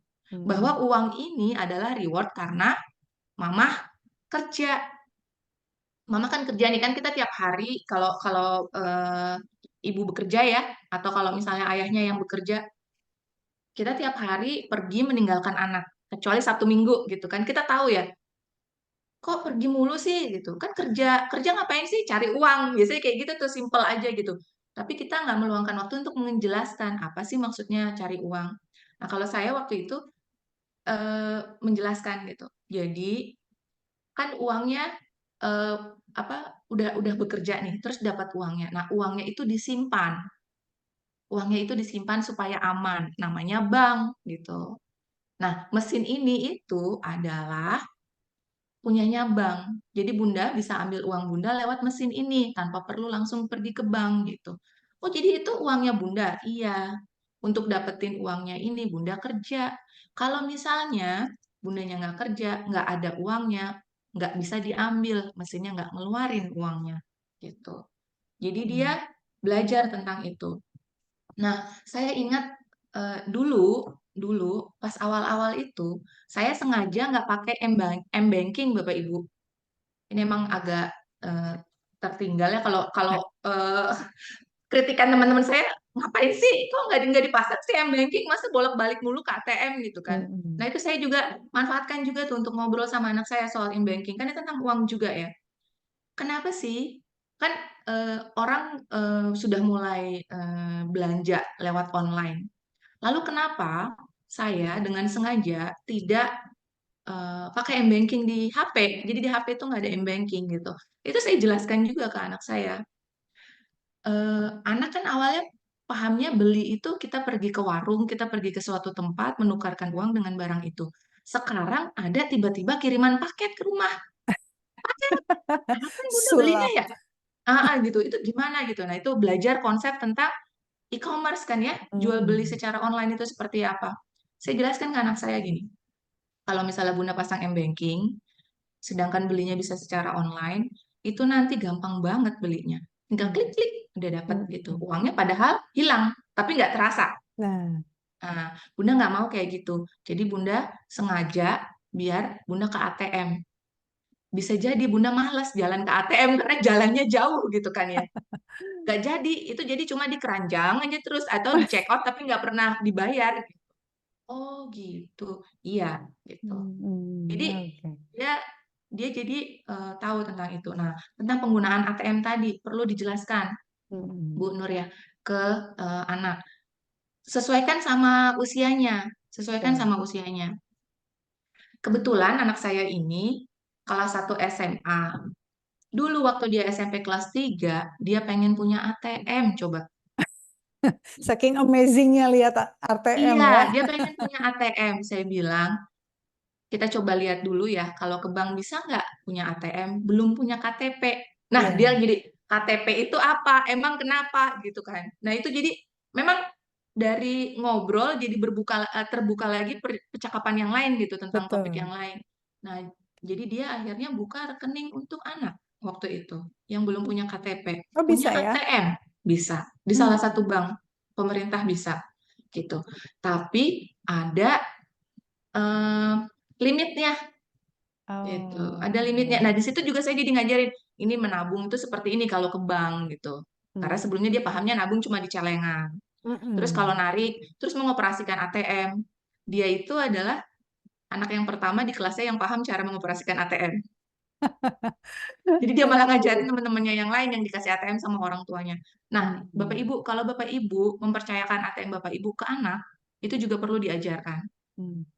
konsekuensinya, dampaknya, Betul. bahaya ya, bahayanya kan kejahatan ya, Mm-mm. anak pegang ATM itu seperti apa gitu. Itu sih. Mm-mm. Oke. Mungkin itu pertanyaan pertama. Yang pinjol ya. Yang pay letter ya. Ah, iya. Ini sebenarnya saya juga mengomentari hal ini ya. Kayak beberapa aplikasi tuh justru Banyak. promonya adalah kalau pay-nya Iya, later gitu. Saya tuh betul. bingung kenapa mesti begitu gitu. Saya punya duitnya, saya bisa bayar sekarang kok malah Iya. yang dapat potongan-potongan yang seperti itu gitu. Dan itu sudah di tangan anak-anak sekarang, Mbak, Iya. Nah, aplikasinya. betul. Ini makanya pentingnya kita ngajarin anak soal konsekuensi, Mhm. dampak dari tindakan. Dan jangan selalu diselamatkan Bapak Ibu kalau dia sudah ada konsekuensi negatif dari tindakan yang dia lakukan. Kita Mhm. kalau sebagai orang tua kan pengennya anak kita kan selamat, aman, sejahtera, Aman. sentosa gitu ya. Iya. Ketika dia melakukan sebuah tindakan tertentu yang ada konsekuensi negatif, inginnya teh otomatis menyelamatkan, ya kan? Eh, come to the rescue gitu, kayak superhero, kita selamatkan anak kita. Nah, Bapak Ibu, saya ingin mengajak Bapak Ibu di sini berhenti sejenak, tahan diri, Bapak Ibu pikirkan dulu. Gak usah lama-lama lah, 2 menit gitu ya, Bapak pikirkan dulu. Kalau misalnya saya biarkan dia menghadapi sendiri dari konsekuensinya, apa konsekuensi tindakannya itu, kira-kira seberapa buruk eh, apa konsekuensi atau dampak yang harus dia atasi. Bisa nggak dia menghadapi itu? Kalau bisa, biarkan saja. Itu untuk mengajarkan konsekuensi ya, bahwa ada perilaku, ada konsekuensi. Terkait pinjol ini, eh, kalau yang pay-letter itu kita jelaskan bahwa kamu nih ngeklik memang nggak ngeluarin duitnya, tapi sebenarnya nanti kamu akan ditagih duitnya. Jadi ini masuknya hutang. Apa Mhm. itu hutang? Dijelaskan itu hutang. Kalau kita mau pakai pendekatan Islam ya, hutang itu tanggung jawabnya kan dunia akhirat gitu kan. Bahkan di kehidupan dunia pun itu bisa berpengaruh gitu kan ya. Kalau kalau sikap kita terhadap hutang itu bukan sikap yang sehat, bukan sikap yang bijak gitu. Nah, itu perlu dijelaskan. Nah, kalau yang pinjol, pinjol itu juga kan masuknya ke hutang ya. Iya. Terus ada yang namanya bunga. Mhm. Itu yang suka kita lupa tuh. Ada yang Iya. namanya bunga. Bunga itu gimana gitu. Itu dijelaskan. Memang butuh it takes time and work ya. Jadi kita memang butuh effort gitu. Kita butuh ngeluarin energi sama waktu untuk menjelaskan ini. Tapi Mhm. Bapak Ibu, saya sendiri sebagai orang tua memilih bekerja keras di awal. Daripada nanti dia udah dewasa, udah umur 30 tahun, ucuk-ucuk datang ke mamanya gitu ya. Bu, aku Aduh, terlibat serem utang ya. pinjol, gimana ini ratusan juta, tolong bantuin bayarin. Nggak Aduh. mau. Iya, Mendingan iya, iya. saya pusing ngejelasinnya di sekarang aja Mhm. gitu. Semoga Mhm. itu menjawab pertanyaannya Bu Nuraini ya. Mhm. Mhm. Jadi ini Iya, faktor siap. literasi juga penting ya. Betul. Mengajak anak untuk literasi juga perlu sekali. Serem, serem juga ya. Iya. Oke. Seringnya tuh kita pengennya cepat, pokoknya pokoknya itu jelek gitu. Pokoknya itu buruk, Ya, udah itu buruk, kamu terima aja. Anak ya, perlu dijelaskan lebih ini ya. dan dipancing bertanya Mhm. gitu sih. Mulai usia berapa Mbak bisa diajak diskusi terkait tentang keuangan ini Mbak? Aduh, dari kecil. Dari sejak dia Mengenal matanya uang ya. berbinar-binar ketika kita ajak ke warung Iya, iya.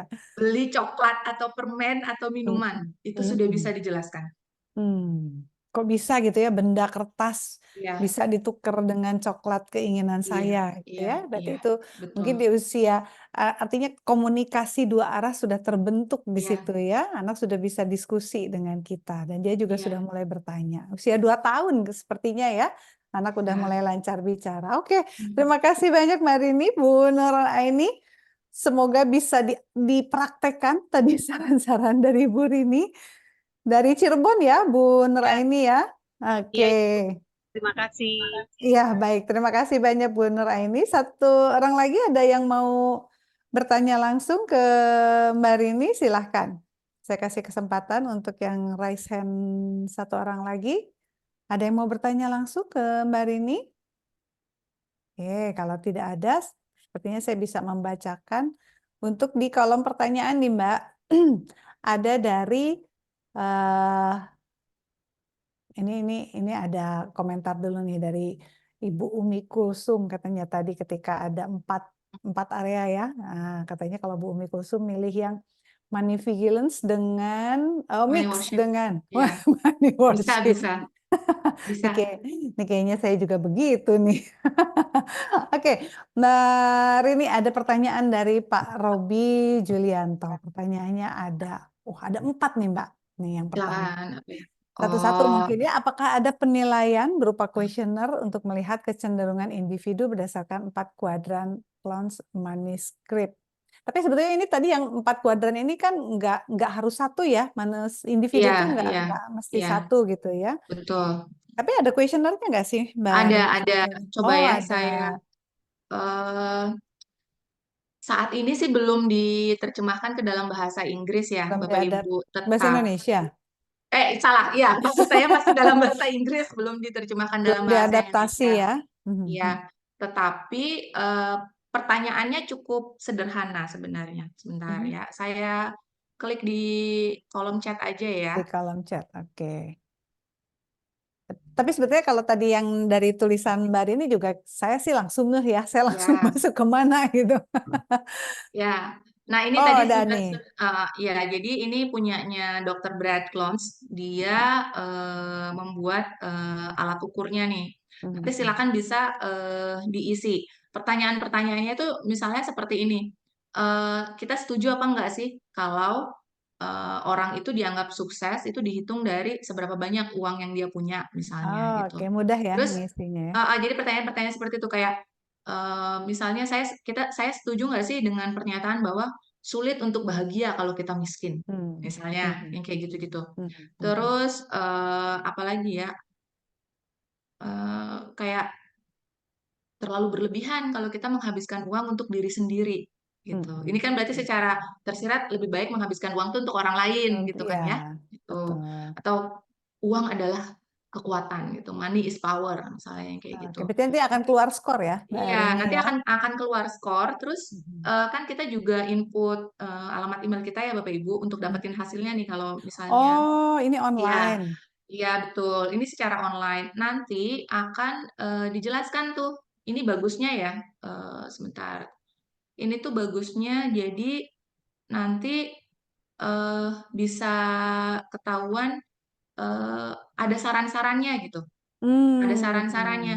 Hmm. Sebaiknya kita kita bagaimana? Sebaiknya kita melakukan seperti apa gitu untuk Oke. punya sikap yang lebih sehat terkait Mhm. uang. Misalnya tadi Mhm. Bu Umi ya, misalnya Mhm. tadi money vigilance Money ya. vigilance dengan Sebentar money ya. worship. Misalnya money vigilance nih.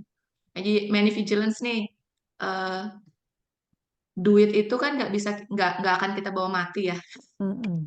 Jadi Mhm. ini ada salah satu sarannya yang saya bacakan ya Mbak Eva dan Bapak Ibu. Mhm. You can't take it with you. Duit itu nggak bisa dibawa mati kok gitu. Jadi nggak apa-apa gitu. Spend some money untuk sesuatu yang bikin kita happy gitu saat kita hidup di dunia Oh, ini. lucu Itu ya, keluar contohnya. saran ya. Iya betul. Cuma memang kekurangannya masih dalam bahasa Inggris semuanya. Iya, Jadi iya, Bapak iya, Ibu iya. kalau misalnya yang perlu bantuan bisa pakai Google Translate kali ya. Kan Iya, bisa tuh satu benar. dokumen Banyak langsung di sekarang aplikasinya. betul seperti itu. Terus Oke. misalnya apalagi ya saran-sarannya ini sih Oke, jadi fun ada ya. juga sih. Mungkin Pak Iya, Robi nanti bisa iya, coba untuk masuk ke situ betul. ya. Oke. Terus pertanyaan kedua ya, Hmm, menyelaraskan money belief gitu belief ya, ya, antara belief. suami dan istri supaya tujuan finansial keluarga tercapai. Yang Betul. pertama adalah berkomunikasi dulu. Ini kenapa baliknya komunikasi lagi. Memang ya butuh dikomunikasikan ya Bapak Ibu. Betul. Komunikasikan dulu apa tujuan finansial keluarga. Itu yang perlu disepakati dulu nih Pak Robi ya. Kita mau kemana sebagai keluarga terkait finansial gitu. Jadi visinya seperti apa? Setelah ada visinya, turunkan menjadi concrete objectives. Jadi tujuan yang lebih konkret. Kalau misalnya kita bilang pengen mandiri secara finansial, buat buat orang yang berbeda akan berbeda juga kan? Seperti Iya, apa itu mandiri secara finansial gitu. betul. Jadi dikonkretkan dulu apa ininya, indikatornya gitu, indikator keberhasilannya. Itu dikatakan tercapai kalau apa? Kalau Hmm. begini, kalau misalnya anak semuanya bisa disekolahin di perguruan tinggi negeri misalnya. Hmm. Kalau misalnya begini, kalau misalnya sudah punya rumah sendiri misalnya yang kayak gitu-gitu. Nah, itu dikonkretkan. Setelah itu baru didiskusikan tentang tadi beliefnya gitu. Tadi kan udah ya Visi. berbekal tadi ya empat kuadran tadi tuh Mhm. itu. Oh ternyata begini, oh ternyata begitu. Oh ternyata buat saya tuh saya ada kecemasan terkait mengumpulkan uang banyak-banyak. Karena takutnya nanti kalau kita udah banyak duit kita jadi tergoda untuk melakukan hal-hal yang nggak baik. Misalnya ternyata ada seperti itu. Dan itu semua diterima. Supaya komunikasi bisa berlangsung secara dua arah dengan baik, butuh ada menerima, keinginan untuk Betul. mendengarkan. Karena bisa Hmm. jadi, ridiculous banget sih kepercayaan kamu itu, maksudnya masa kamu mikir begitu gitu kan. Masa kamu bilang semua orang kaya itu jahat, misalnya kayak gitu. Hmm. Jangan begitu, nanti itu Hmm. langsung tertutup komunikasinya. Lawan bicara Betul. nggak mau pasangan kita udah nggak mau ngomong lagi gitu. Jadinya berantem itu mah ya. Iya. Nah, baru terus cari komprominya di mana, jalan tengahnya Hmm. di mana, yang Hmm. seimbang, yang sehat gitu. Semoga Oke. bisa menjawab ya Pak Robi. Oke. Kalau konkret operasionalnya saya yakin Pak Robi bisa menjalankannya karena saya nggak tahu situasinya seperti apa kalau di keluarganya Pak Robi. Gitu. Tapi Mbak, ini yang 4 kuadran ini kan sebetulnya nggak ada yang lebih jelek dan paling Nggak ada, bagus kan? Nggak kan? Gitu. nggak. Oh, oke. Jadi komposisinya aja sebetulnya ya Iya, Mbak ya? betul, Oh, I betul. see. Jadi Oke. kalau misalnya nanti kita eh, apa kalau di ini ya si dokter Klansnya ini dia bilang Hmm. bahwa yang tadi seperti Mbak Eva bilang nggak bilang Mm-mm. bahwa oh yang paling bagus tuh money vigilance, oh yang paling bagus Mm-mm. nggak seperti itu. Tapi dia eh, apa teorinya dia, konsep dia yang diajarkan itu adalah bagaimana kita membentuk perilaku dan sikap yang lebih sehat Mm-mm. terkait uang, yang lebih Mm-mm. seimbang sehingga kehidupan finansial kita sehat gitu. Itu sih. Oke, ya. Mudah-mudahan terjawab nih nomor 1 dan 2. Kita coba ke, oh ada 4, lupa saya. Nomor Oh 3, ini unconscious mengeksplorasi exploration. unconscious dan menemukan belief. Yang mensabotase ini saya suka nih dengan kata Isi mensabotase. kuesionernya ya Pak Robi. Isi kuesionernya nanti terjawab Oh, di baik, pertanyaan yang Nah, nomor 3 nih. baik. Dikasih tahu. betul. Iya, Saya nanti sedikit belajar tentang psikologi juga, jadi pertanyaannya bahasanya agak psikologi. Oh, iya. saya pikir Pak Robi ini psikolog juga nih. Dari Bukan, mana Pak Robi? saya bisnismen, saya belajar coaching dan psikologi. Oh, dari Oke, mana Pak oke. Robi? Dari Saya lagi di Jakarta? Bandung ini, Oh, dari Bandung. dari Bandung. Oh, Bandung. belajar coach juga nih. Ternyata Ya, Pak Robi. Oke, mudah-mudahan nanti dicoba untuk isi kuesionernya ya. Dan tadi ya. sarannya bagus tuh, banyak juga saran yang Ya, nanti diberikan. akan ada sarannya, Pak. Akan ada sarannya. Jadi bisa Oke, memperbaiki. Nah, Ya kalau yang yang ketiga. keempat, ya itu Ya. yang ketiga. Kalau yang keempat, sebagai ah, saran.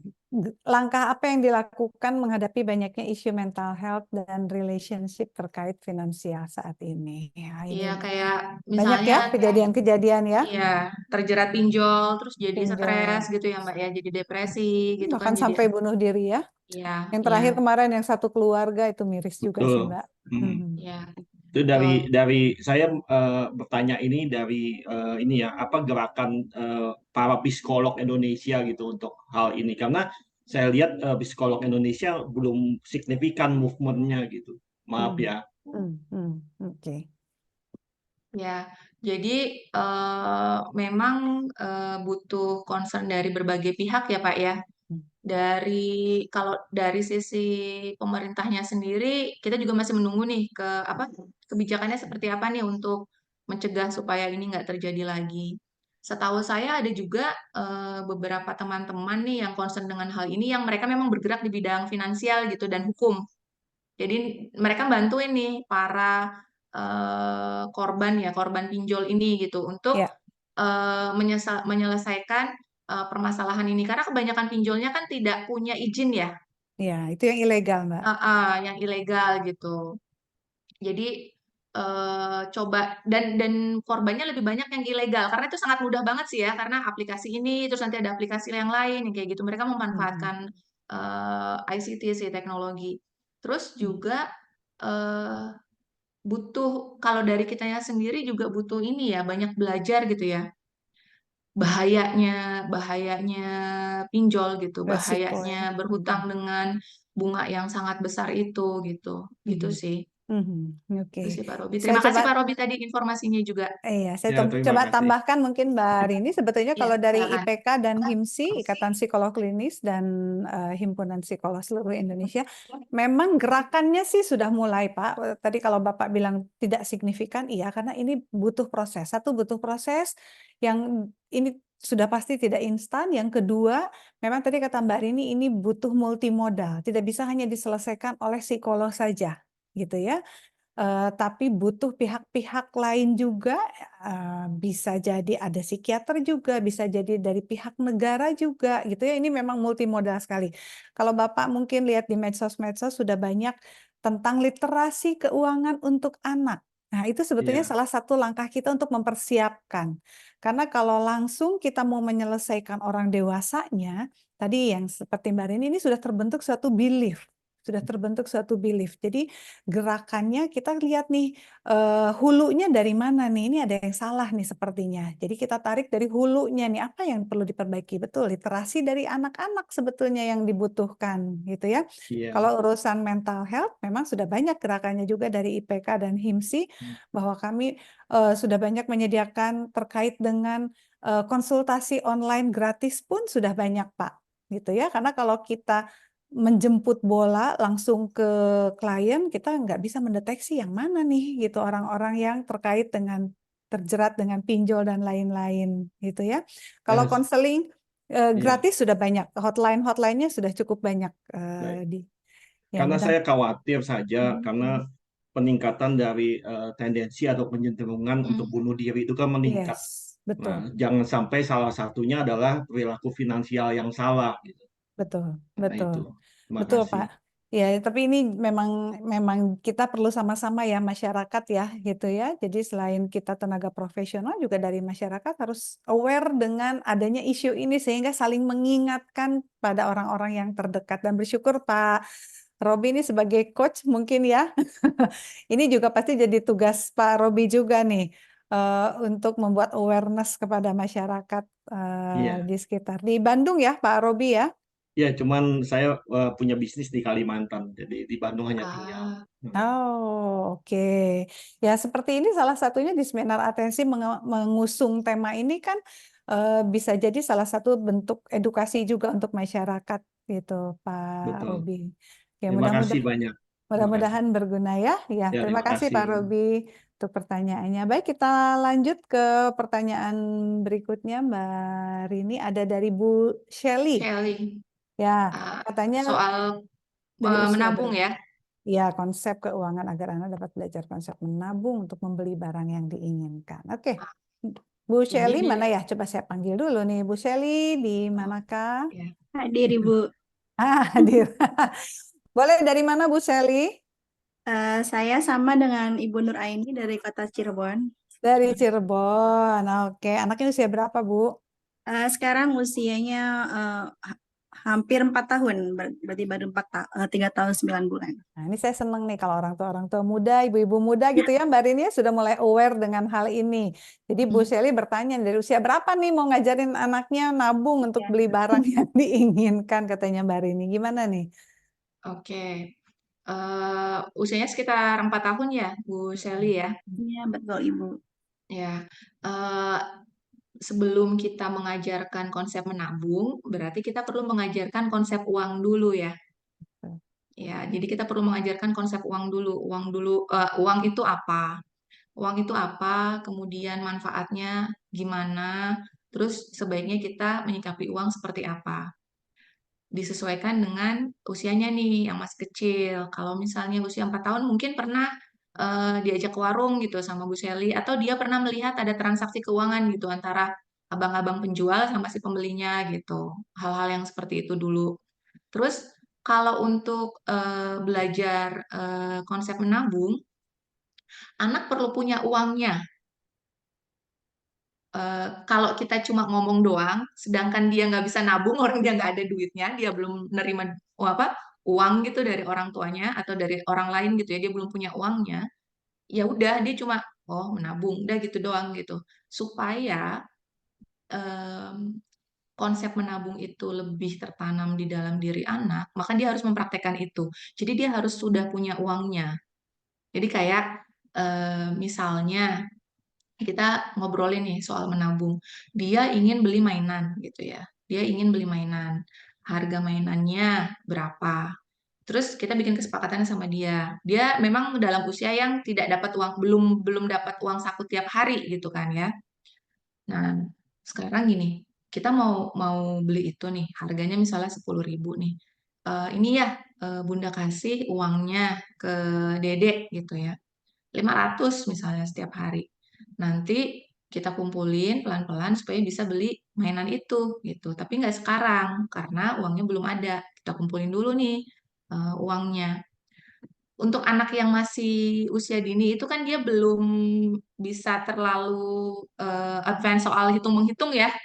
Harganya 10.000, 500 tiap hari itu gimana biar bisa bisa dapat segitu? Kita nggak usah fokus ke situ. Ya. Biasanya ada orang tua yang terburu-buru ingin mengajarkan konsep matematika di situ, gitu kan? Nggak dulu, karena yang mau kita ajarin ke dia adalah ingin sesuatu, effort ke situ, terus menunggu, gitu. Kita mau dua itu, ya, dua itu dulu, effort sama menunggu. Jadi urusan berapa berapa lama sampai itu dapetin enggak, pokoknya di itu nanti kita itu nanti Bunda bantu hitung. Eh, Bunda bantu hitung uangnya. Nanti kalau uangnya udah cukup Bunda anterin ke situ, ke toko itu kita mau beli gitu. Bisa kayak gitu. Atau kalau misalnya dia udah usia sekolah, dia dapat uang saku yang harian, sering kan minta gitu ya, minta beli ini gitu. Kan kakak punya ini ya, punya uang saku ya, coba deh dikumpulin deh.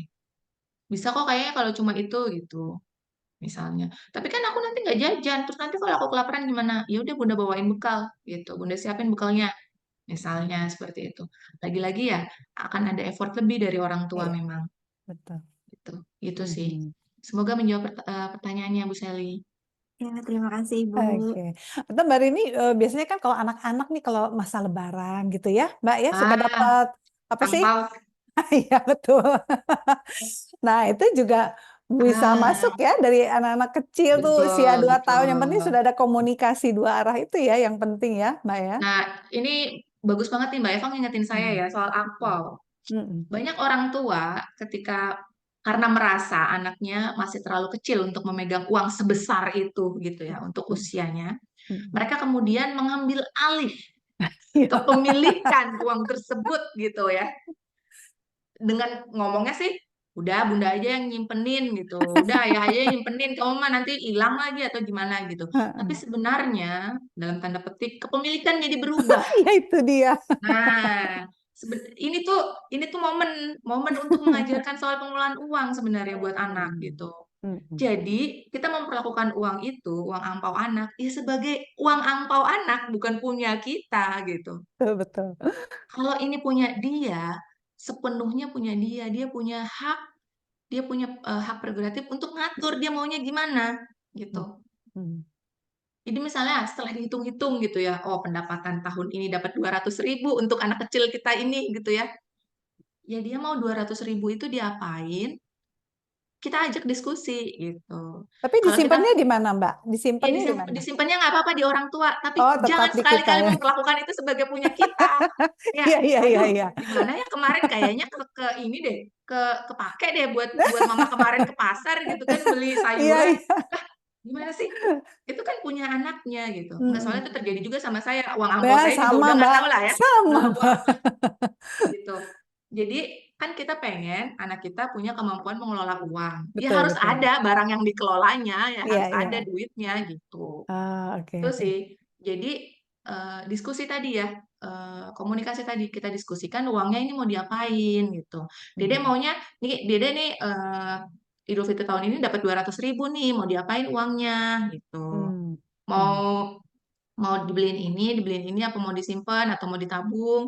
Kalau misalnya mau ditabung, misalnya eh, apa Bunda beliin celengan ayam mau nggak? Atau yang kan celengan banyak juga tuh yang lucu-lucu Iya, sekarang iya, misalnya. iya. Atau kayak ya celengan yang murah aja ya plastik yang 5 ribuan gitu yang kalau Iya, misalnya dibuka nggak sayang gitu ya ini pakai pisau gitu kan. iya. Yang kayak gitu-gitu.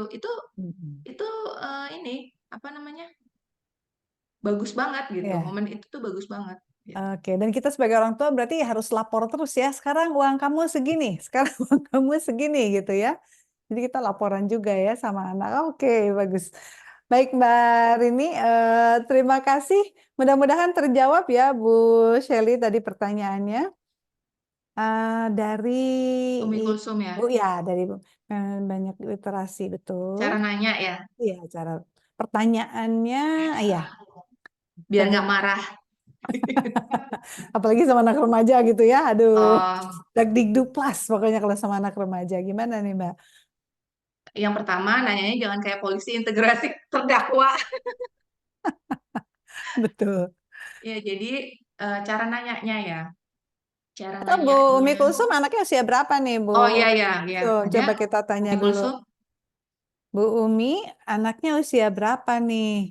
Iya, Masih ada? Ibu. Nah, Ada anaknya usia maaf on berapa? kamera. Oh, oke, nggak Kebetulan apa-apa. saya guru PAUD ya, TK. Oh, Di oke. mana Bu Iya. Umi? Bu Umi lokasi Di di mana? Daya Luhur, Ibu, di Cilacap, Di Kabupaten Cilacap, Cilacap. perbatasan Jawa Barat. Iya. Oh, luar biasa ya. Oke. Oh, guru TK Ini gitu ya. iya, kebetulan Mhm. kemarin ada parenting, kita kan suka ada parenting ya sama wali murid. Kebetulan Mhm. ada yang nanya seperti itu. Hmm. Saya perasaan saya memberi jawabannya tuh kayaknya masih kurang gitu. Kalau seandainya nanti di follow up pada parenting lain waktu, bagaimana itu seperti itu? Oke, ini mumpung ada ahlinya ya, kita Iya, sama-sama denger nih. Gimana nih Mbak iya. Rini? Iya, Oke, di sisi baik. lain sih ada apa ya? Ada eh, penilaian atau ada yang bisa kita ambil bahwa oh ternyata anaknya cerdas juga ngerasa seperti sedang dikerjain gitu. Gimana ya Bu kalau anakku sudah berpikir seperti itu aku cara saya mau Nah, menstimulus anak biar walaupun dia minta uang cuma 2.000 tapi biar ada yang mengena ke anak begitu Betul, pertanyaan dari wali murid. betul. Supaya nggak dibilang oke. bawel nih Mama gitu ya. Iya iya iya. Mohon Oke, pencerahannya ya cintanya. ya terima kasih Oke, Bu baik. Rini. Jadi ini ya, kalau misalnya eh, anaknya masih kecil, kayak usia SD gitu ya, atau TK gitu, atau kalau dia udah remaja, SMP, SMA, memang cara bertanyanya ada sedikit perbedaan, ada sedikit perbedaannya, bahasa yang dipakai, kata-kata yang dipakai.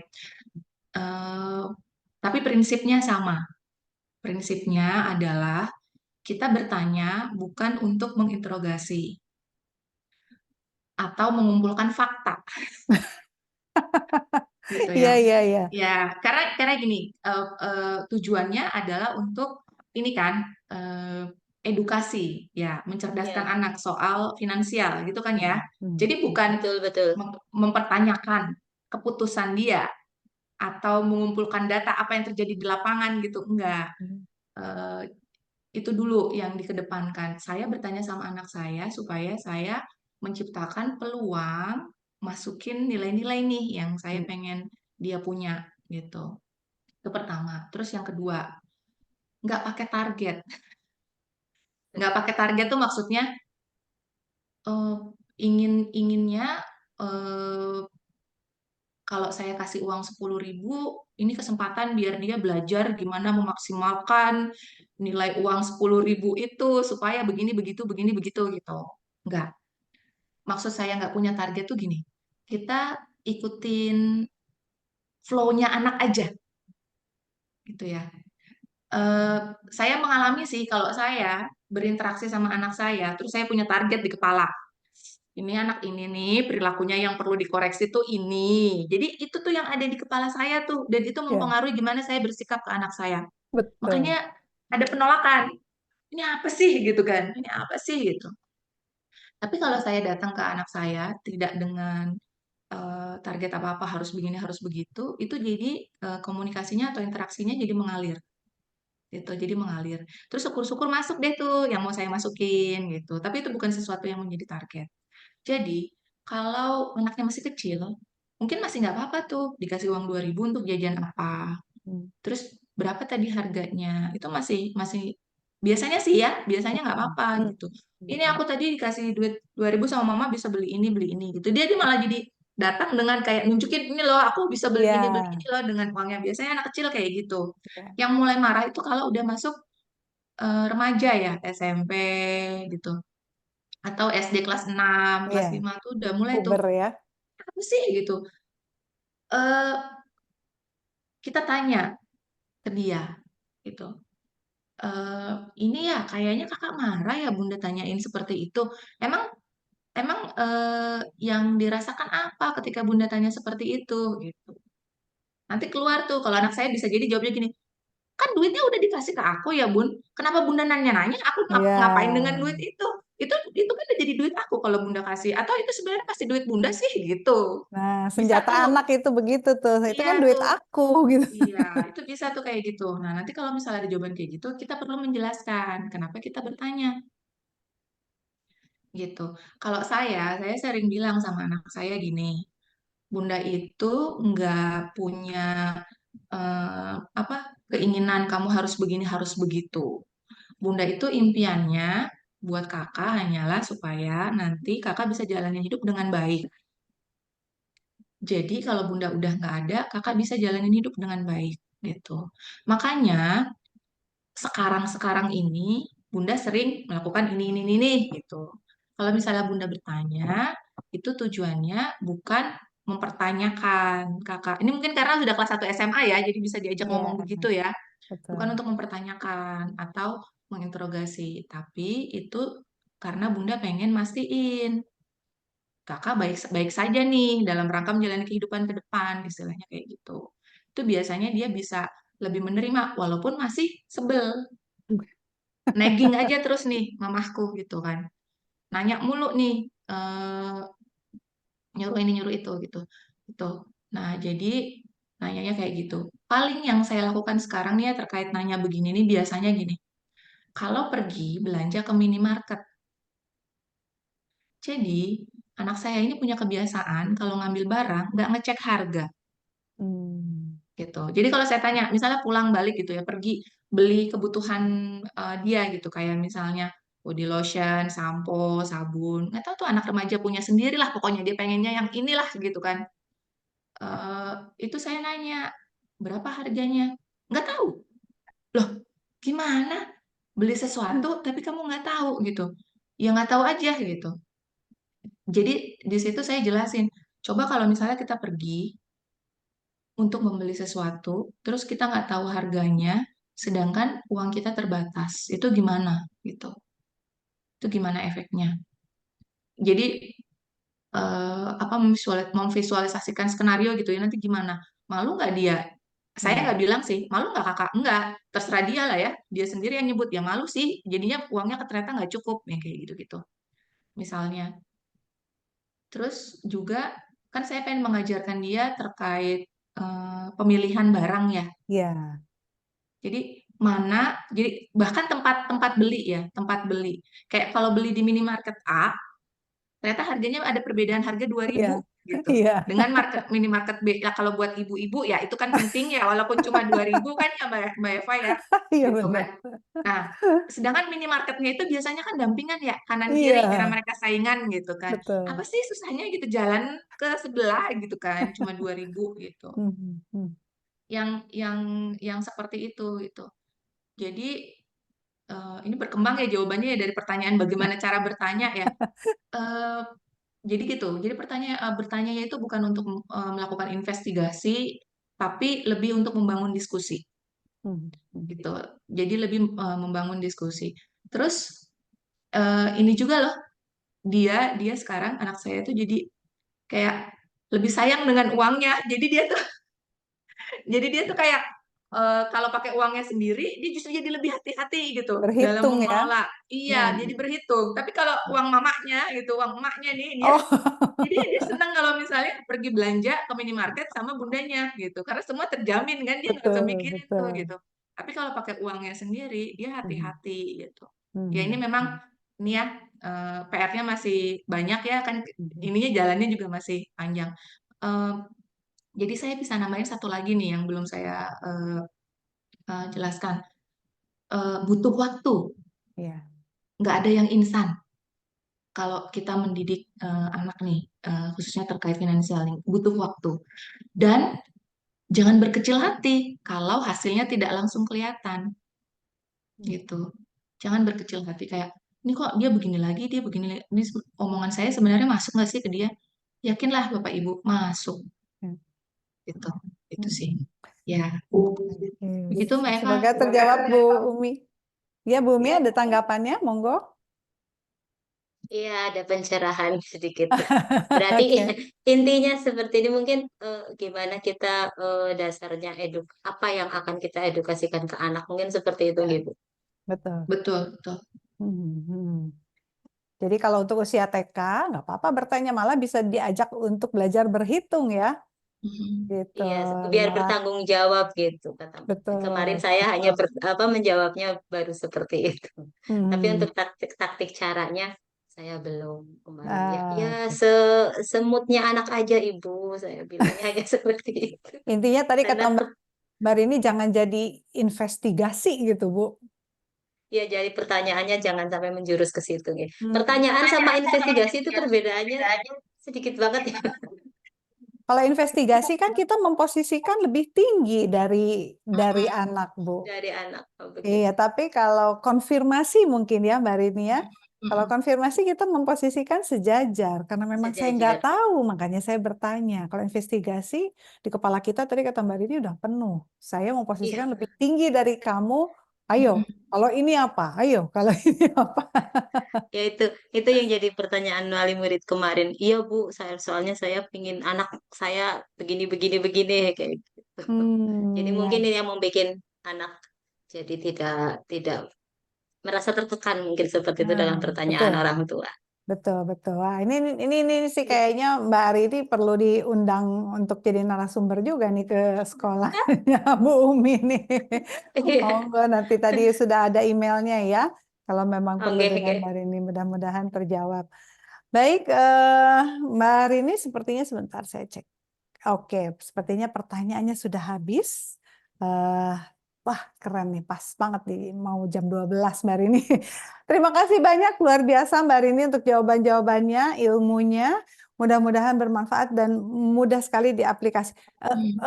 Gampang-gampang susah, susah-susah gampang gitu ya, Mbak Rini ya.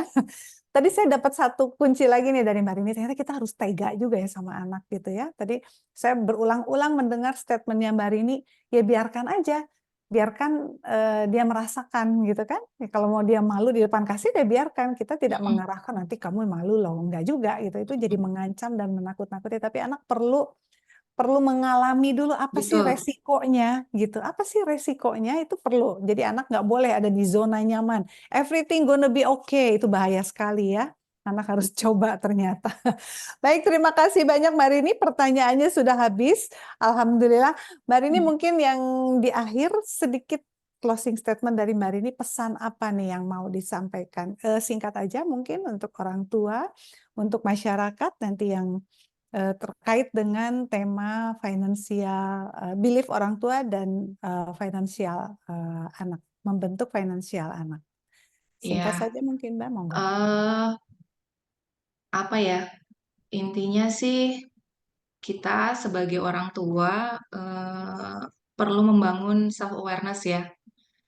Apa yang ada di dalam diri kita ini gitu. Pengalaman masa lalu kita, apa yang kita pikirkan, apa yang kita rasakan, apa yang kita yakini gitu. Karena tanpa kita sadari itu semua mempengaruhi bagaimana perilaku kita ke anak. Jadi seringkali orang hanya fokus dengan apa yang kelihatan, apa yang muncul gitu dari cara kita, tindakan kita gitu. Kita lupa untuk melihat lebih ke dalam diri sendiri nih gitu. Saya saya harapkan sih kita semua yang ada di sini nih ke depan akan lebih sering-sering nih untuk menggali ke dalam diri sendiri nih. Saya punya belief apa ya, saya punya keyakinan apa ya yang bisa jadi mempengaruhi dalam interaksi saya dengan anak. Itu sih Mbak Eva. Oke, Terima aduh, kasih. alhamdulillah. Terima kasih banyak Mbak Rini. Artinya kalau kita mau merubah, membentuk anak, kita dulu yang dibentuk yang Betul, baik ya. betul. Terima kasih banyak Mbak Rini, ilmunya luar biasa hari ini. Mudah-mudahan pastinya ini saya tadi lihat tipsnya mudah diaplikatif gitu ya, artinya mudah-mudahan bisa diaplikasikan. Ibu dan Bapak peserta yang sudah hadir juga terima kasih banyak, mudah-mudahan bermanfaat. Ibu Bapak guru nih biasanya banyak juga guru-guru yang datang, mudah-mudahan bisa dimanfaatkan untuk putra-putrinya sendiri, Amin. juga bisa diedukasi untuk siswa-siswinya juga di sekolah. Baik Ibu dan Bapak, terima kasih banyak. Bagi yang tidak bisa hadir, jangan khawatir, semua rekaman seminar atensi ada di channel YouTube Atensi Anak Remaja. Kita ketemu lagi minggu depan tanggal 21 di Instagram. Di Instagram itu awalnya di tanggal 28, ternyata dimajukan menjadi tanggal 21. Kita ketemu lagi di minggu depan tanggal 21 Januari 2024.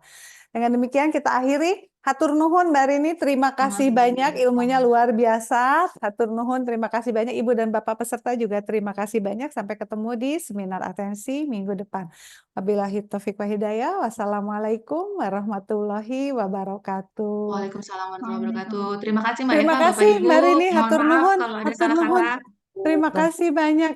Alhamdulillah, terima kasih banyak. Ibu dan Bapak, mohon izin Mbak Rini narasumber, kita sama-sama keluar dari Zoom. Assalamualaikum, sampai ketemu minggu depan. Waalaikumsalam warahmatullahi Assalamualaikum, izin lah ya. Waalaikumsalam. Terima kasih Bu Rini, terima kasih Bu Eva dengan Mbak Rini. Selamat malam.